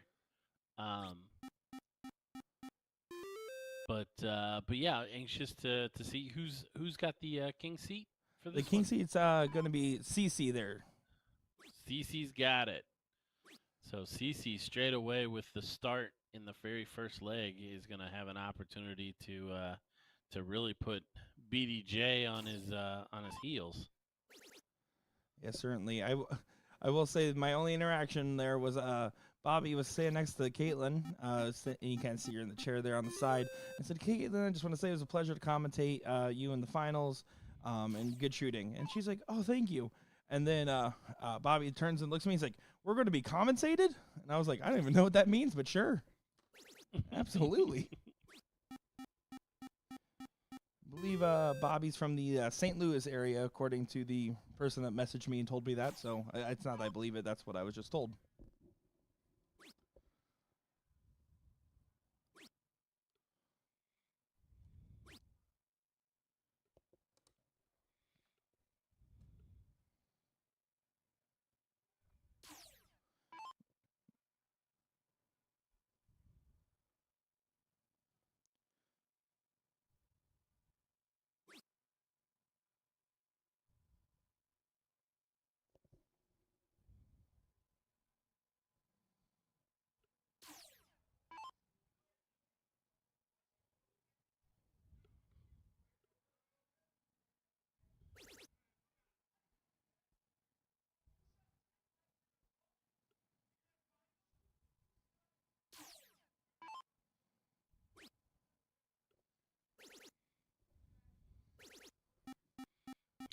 There's a little fight back there from BDJ.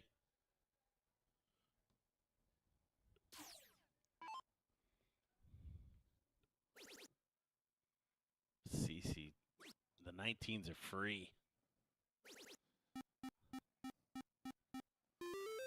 Yeah, playing real solid. I mean, when you're looking at this, the non-pro, the open bracket, and you're watching these guys here, the standard of what you would expect them to be is around the 4-5 plus range. And that's simply because that's the level of standard that people that aren't currently pros, if you want to jump into that next level, that's usually the standard of which I would put the cutoff line at now. Back in the day, if you asked me 5-10 years ago, I'd say it's closer to that 4-0, 4-1, but I feel like that 4-5 is the cutoff where you start differentiating. And that's going to be the standard of which I would expect here. No, absolutely. I think the top shots now are definitely in the fives, consistently, and honestly, to deal with that, you're gonna have some legs where they're in the sixes and maybe high fours. So, I definitely think that the standard for the open has moved considerably. I could tell you just from my playing experience, I played in the Open in Florida at the beginning of this tour, and in my I was playing. I played 2 games where I dropped below a 4. I was playing phenomenal, and in my losing match to get to the loser side bracket, my opponent shot a 5-0 and a 5-5 to my 5-0 and a 4-5. That's simply the standard of which you'll see these players play at now. You see CC there gets himself on match points, and with the king seat there, that's a phenomenal place to be. Bobby's going to have to start off strong here.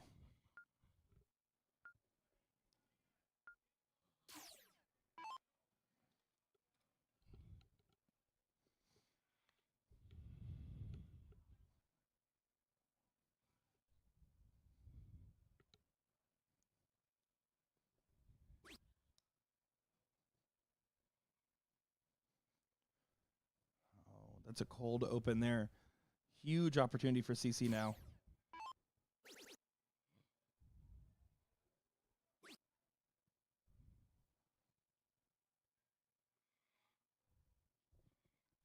CC a little shucks there after the third one goes into the one.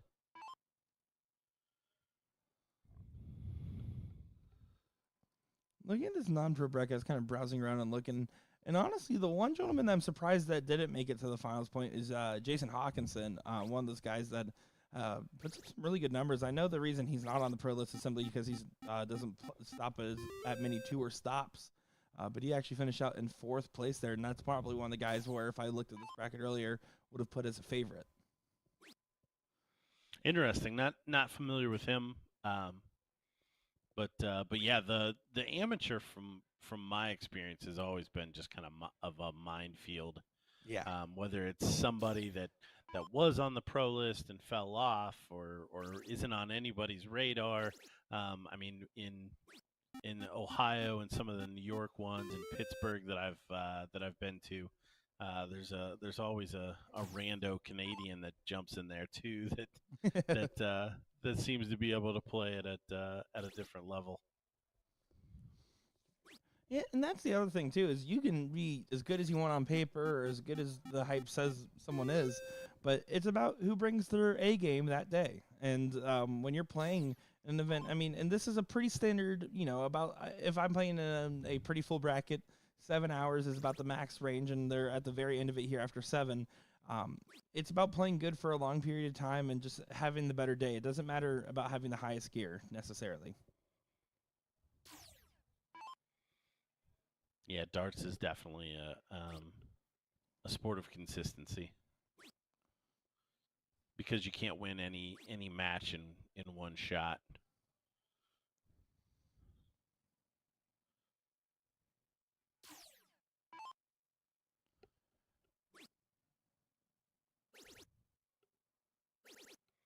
Wow, good shot there from BDJ.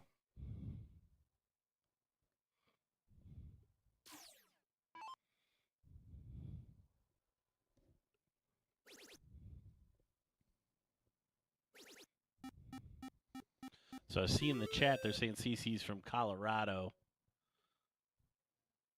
I didn't see if anybody was saying where Bobby D Jr. is from. I'm curious just how much experience these guys have playing one another. Bobby D. Someone did say it was me, by the way, from St. Louis. Just to give you a hard time there. Yeah, no, he's from the St. Louis area. Yeah, no, I definitely wasn't listening there. Yeah, no, someone actually messaged me when we called out to ask for information and said, hey, he's actually from the St. Louis area and normally plays like Steel Tip, and basically like him and Jordan Meyer and a few others came up as like a big group.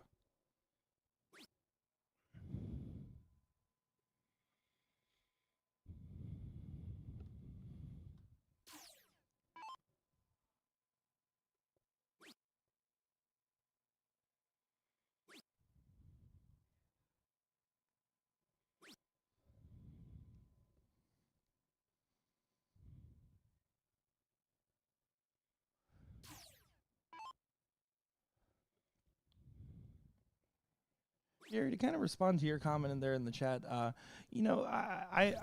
understand the mentality of saying like, yeah, amateur can be defined in different average sets, but here's the thing. This is where you go to an event like this, and especially even if you're not at the cusp. Like I played my first BullShooter event when I was well below a 3, and I was like 17, 16 years old when I was first getting into the game.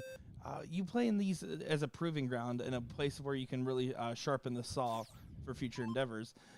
There's other events that are more bracketed, handicapped, and catered in different ways. I think that's one of the things I do love most about BullShooter, objectively, just from a player's perspective. And this is not like my bias from working with you guys. It's an opportunity to really help push your game by playing opponents that will be tough through and through. And that's also maybe my mentality because I played so much Steel growing up, where you usually just get the hand you're dealt and you play it, and it forces you to have to bring it up. So for some, it's a great learning opportunity, and one of my favorite parts of the circuit, probably.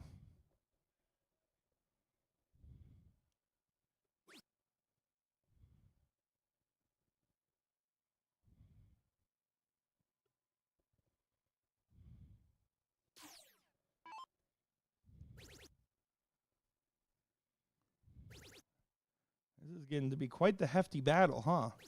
As that's a huge shot there from CC to get the point lead back. Yeah, both men battling it out here quite well.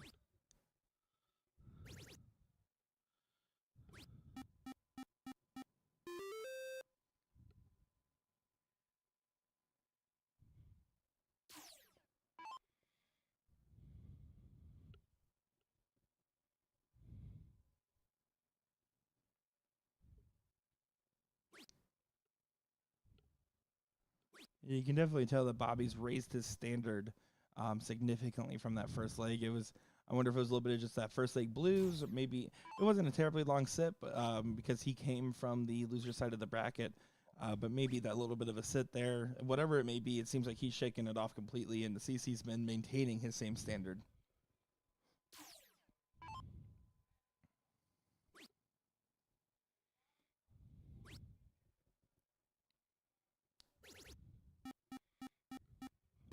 Great last. Still 20 down, though. And CC pulls out those darts very aggressively.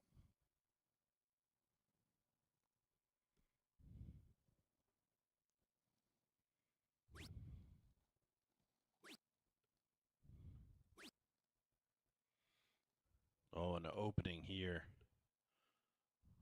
Only 57.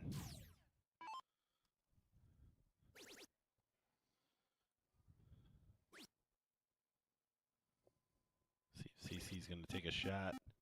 He does not, but he does get another big triple to take that point lead again.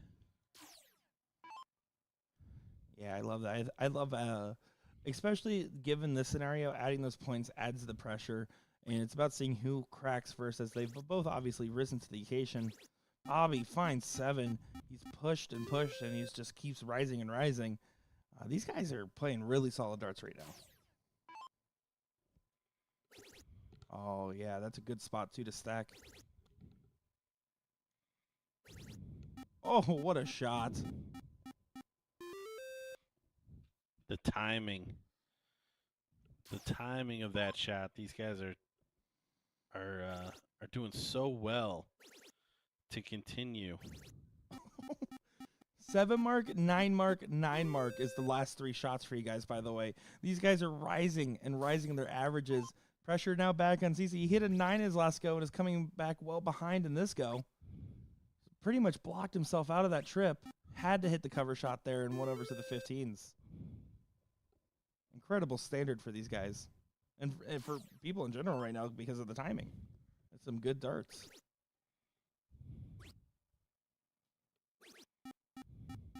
Wow.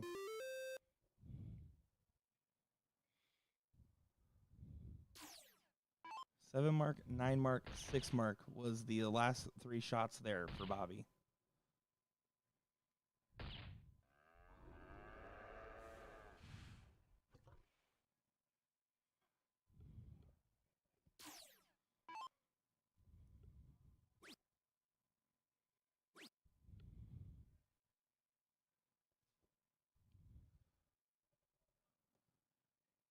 Three bulls needed for CC to get up, so no outshot available. But he can just try to score up as much as he can here and then get himself to an outshot on his next go. Oh, he needed that last one to connect, though, at bare minimum.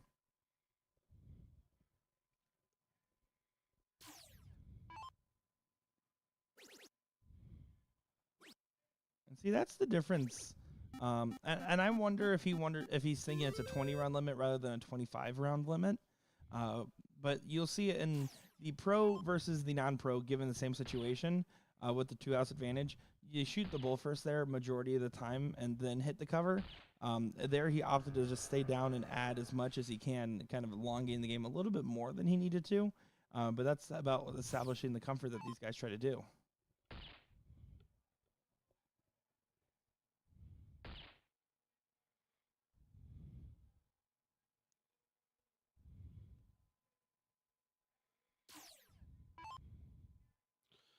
No finish for CC. Can make life a little hard on Bobby.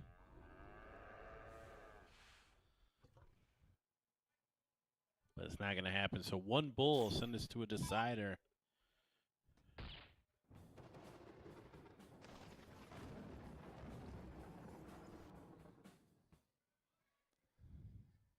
Yeah, so now onto the digital. CC just throw first.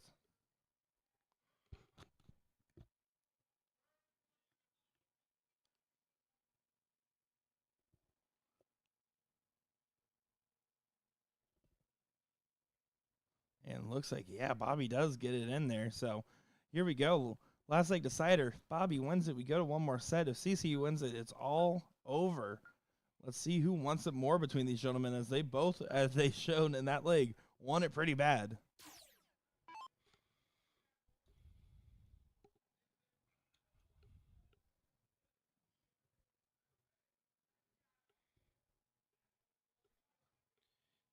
Bobby, keep up that standard.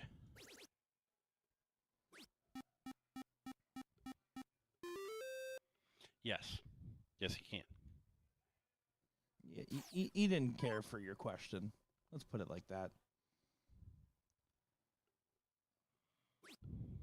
Oh, no, and this is kind of the opposite telling here. Good recovery in the last start, but you almost feel like a 4 marks an opening given how they were hitting them, especially the 19s in particular.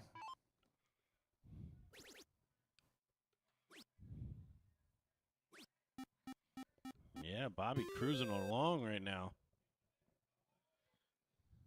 See if Bobby chooses to, I'm sorry, CC chooses to follow him on the 17s.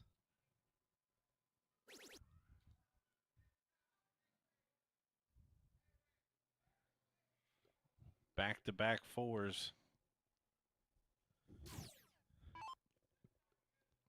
Yeah, Bobby expects to close these 17s and 18s here if he can.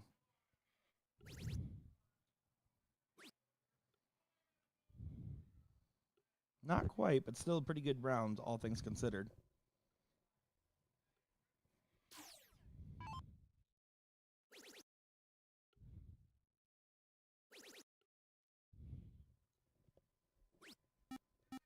It takes a whack. I like it. If you're just going to continue to fight those 18s against that bigger 20, can sometimes be a daunting task. And Bobby takes the 18s away. Pushing CC all the way down to the 16s already in this leg. We're only in round 4. I want him to take a shot at one of these high grounds. He does take a shot and he hits it. What an 8 mark there. Oh, he must have heard me in the back of his mind or something. That was a beautiful shot there. What a dart. Yeah, he's been playing from behind well. I think taking stabs where he needs to. And look at this from Bobby, just continuing to plow in those trebles. Now, the only thing I don't like about that shot is it does open himself up. Mm-hmm. Mm-hmm. The shot is on. Oh, what a shot added it was. These guys are playing incredible stuff right now. This is some good stuff. Yeah, nice pace. Obviously big hits. Bobby choosing his triples a little less wisely, but it's not going to matter because he's going to keep plowing them in there. 41-point deficit for CC as he comes up. Maybe takes that 15 away. Nope, stays there. With how well Bobby's hitting the trip right now, I think I would have preferred that as well, but I understand the logic there, kind of basically saying, all right, you have to be 100 points ahead of me now. Or he takes it out in 2. Looks like we're going to one more best of 3. A 5-5-5 versus a 5-5. That's incredible. Yep, nowhere to go from here. And the advantage we are running up to the end of this one. Oh, that one got away from him there. The advantage is gone for Charles from the king seat, but he does get it in the deciding set to start off here. Excited for this.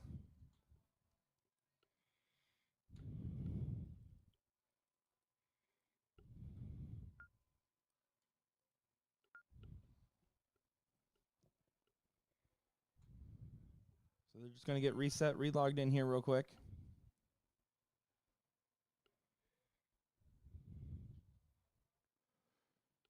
See, there's still a couple people hanging out as this is the last match of the day. But most of the people are getting well rested and settled in.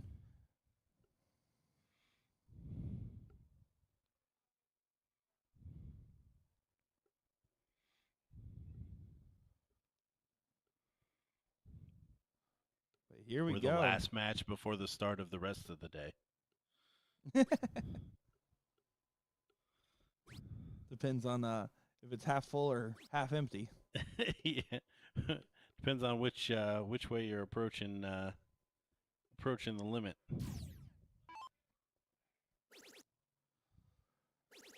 Oh my goodness, Bobby! I don't think has missed the 19 shooting at it in quite some time. Opens up with a 9 there.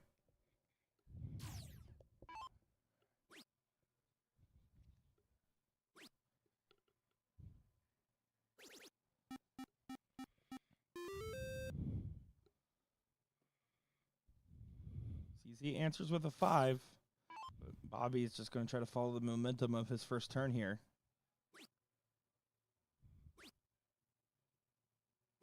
Did he hear me say I didn't think he missed the 19 in quite some time? Most likely. That's fair. I do like how he threw up his hands like, what? I can only hit a 3? As if he's disgusted with himself when he hasn't hit probably below a 4 in quite some time before that. And CC punishes the lax turn from Bobby there. Wow. Yeah, this is the kind of game that it is right now. And right back to throwing above the standard. Fine 7. Another one of those. And now the score's only tied. He does take the shot and he still hits it. Tied ballpark. 18's an advantage for CC.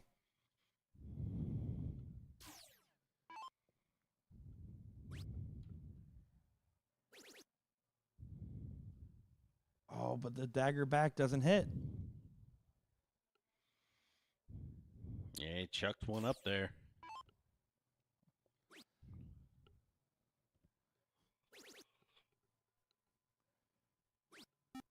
Someone in chat described Bobby as being on the perfect amount of aiming fluid at the moment. I don't know what he's doing to find the sweet spot. Also, these guys could just be that good, and this isn't an anomaly.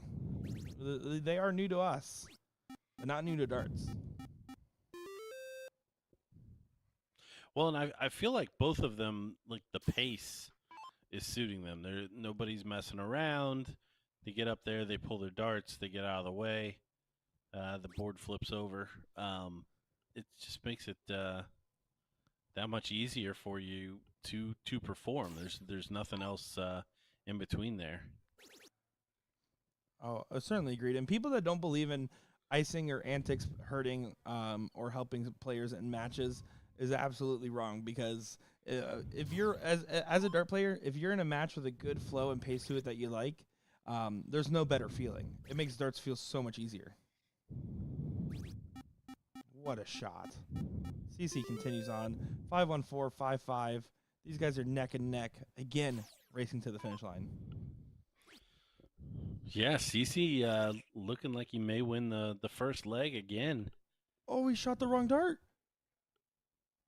He thought he needed 16s. He hit the transition there, kind of having a laugh about it. He needed 18s to put himself at a 7-point down position. Wow, what a time to make that mistake. Oh man, that was a tough one. It ended up being relatively inconsequential, as it took all 3 for CC to close the 15s, though. So if there was a time to do it, I guess he ended up getting away. He might as well take the shot to 18 on the last, but yeah, it doesn't connect there. I think he rattled himself off. Yeah, he really did. But I mean, at the end of the day, it was only a 7-point difference. He closes bulls or closes 18s and gets a bull. I mean, that certainly gives CC something to think about. But here we are. CC again with a 1-0 lead in in the second set here.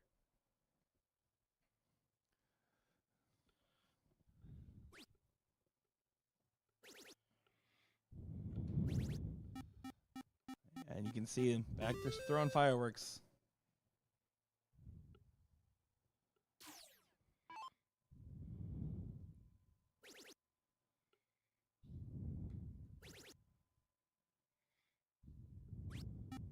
Seven follows seven. Because, of course it does. Why wouldn't it?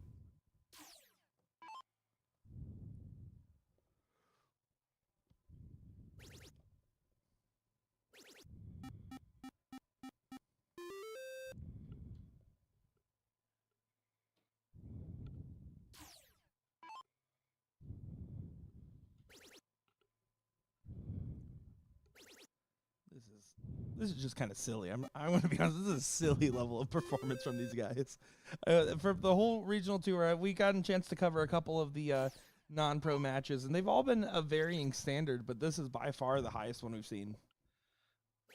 Yeah, I would definitely say that that's correct.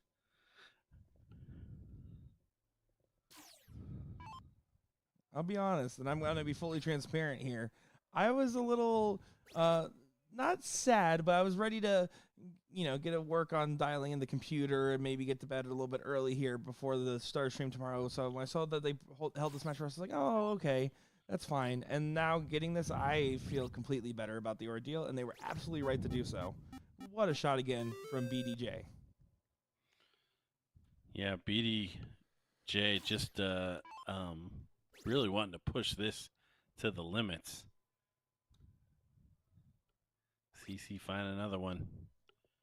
It's only a single. It's a big spot here.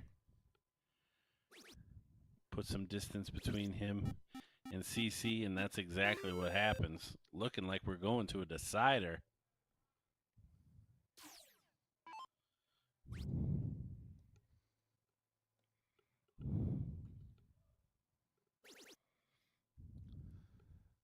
CC trying to mount a defense, but it's funny. We see these 4 marks now. It almost feels like a completely flatlined round. And it kind of is in this scenario.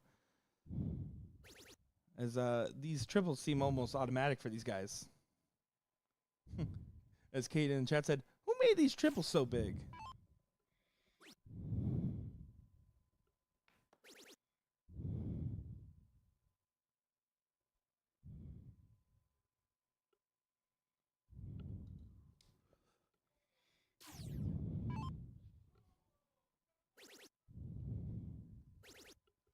Oh, look at this.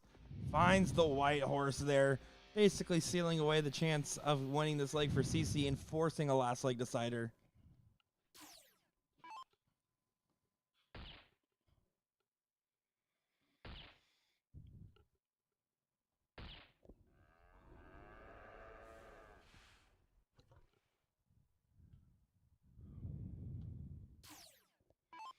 Three bulls, and we're going to another cork for a final leg. Looks like they're going to adjust. It looks like one of those is in.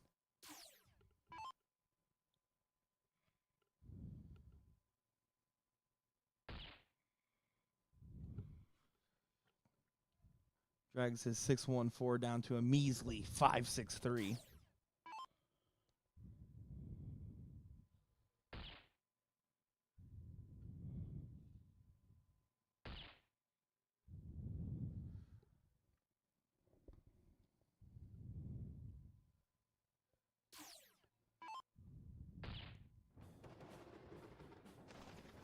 Gets it done there. So here we go. It's time for the diddle. CC to throw first.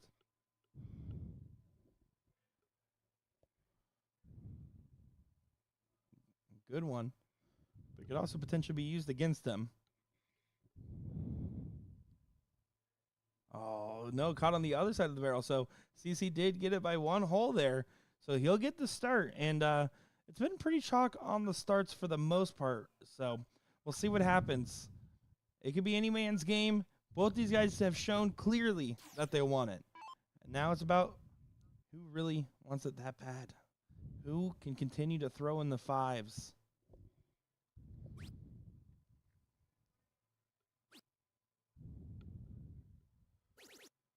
Good adjustment on the last. Those first two were kind of well off, considering that they were dropping low like that. So kind of did the quick on-the-fly adjustment. Was able to find 5 to open up. Shake of the head and only 2. You see the reaction. Bobby knows that that may be all it takes in this leg. Yeah, and completely punished.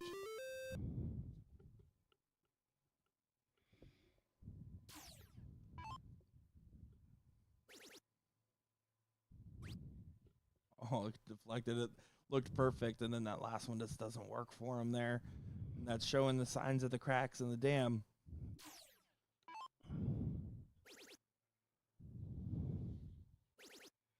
Oh, wow.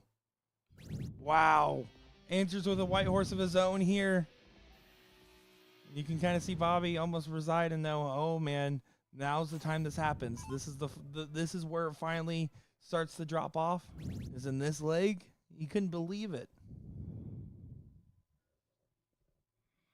Yeah, looking more and more resigned to his fate here. He's throwing his hands up. I mean, he's been doing this to CC.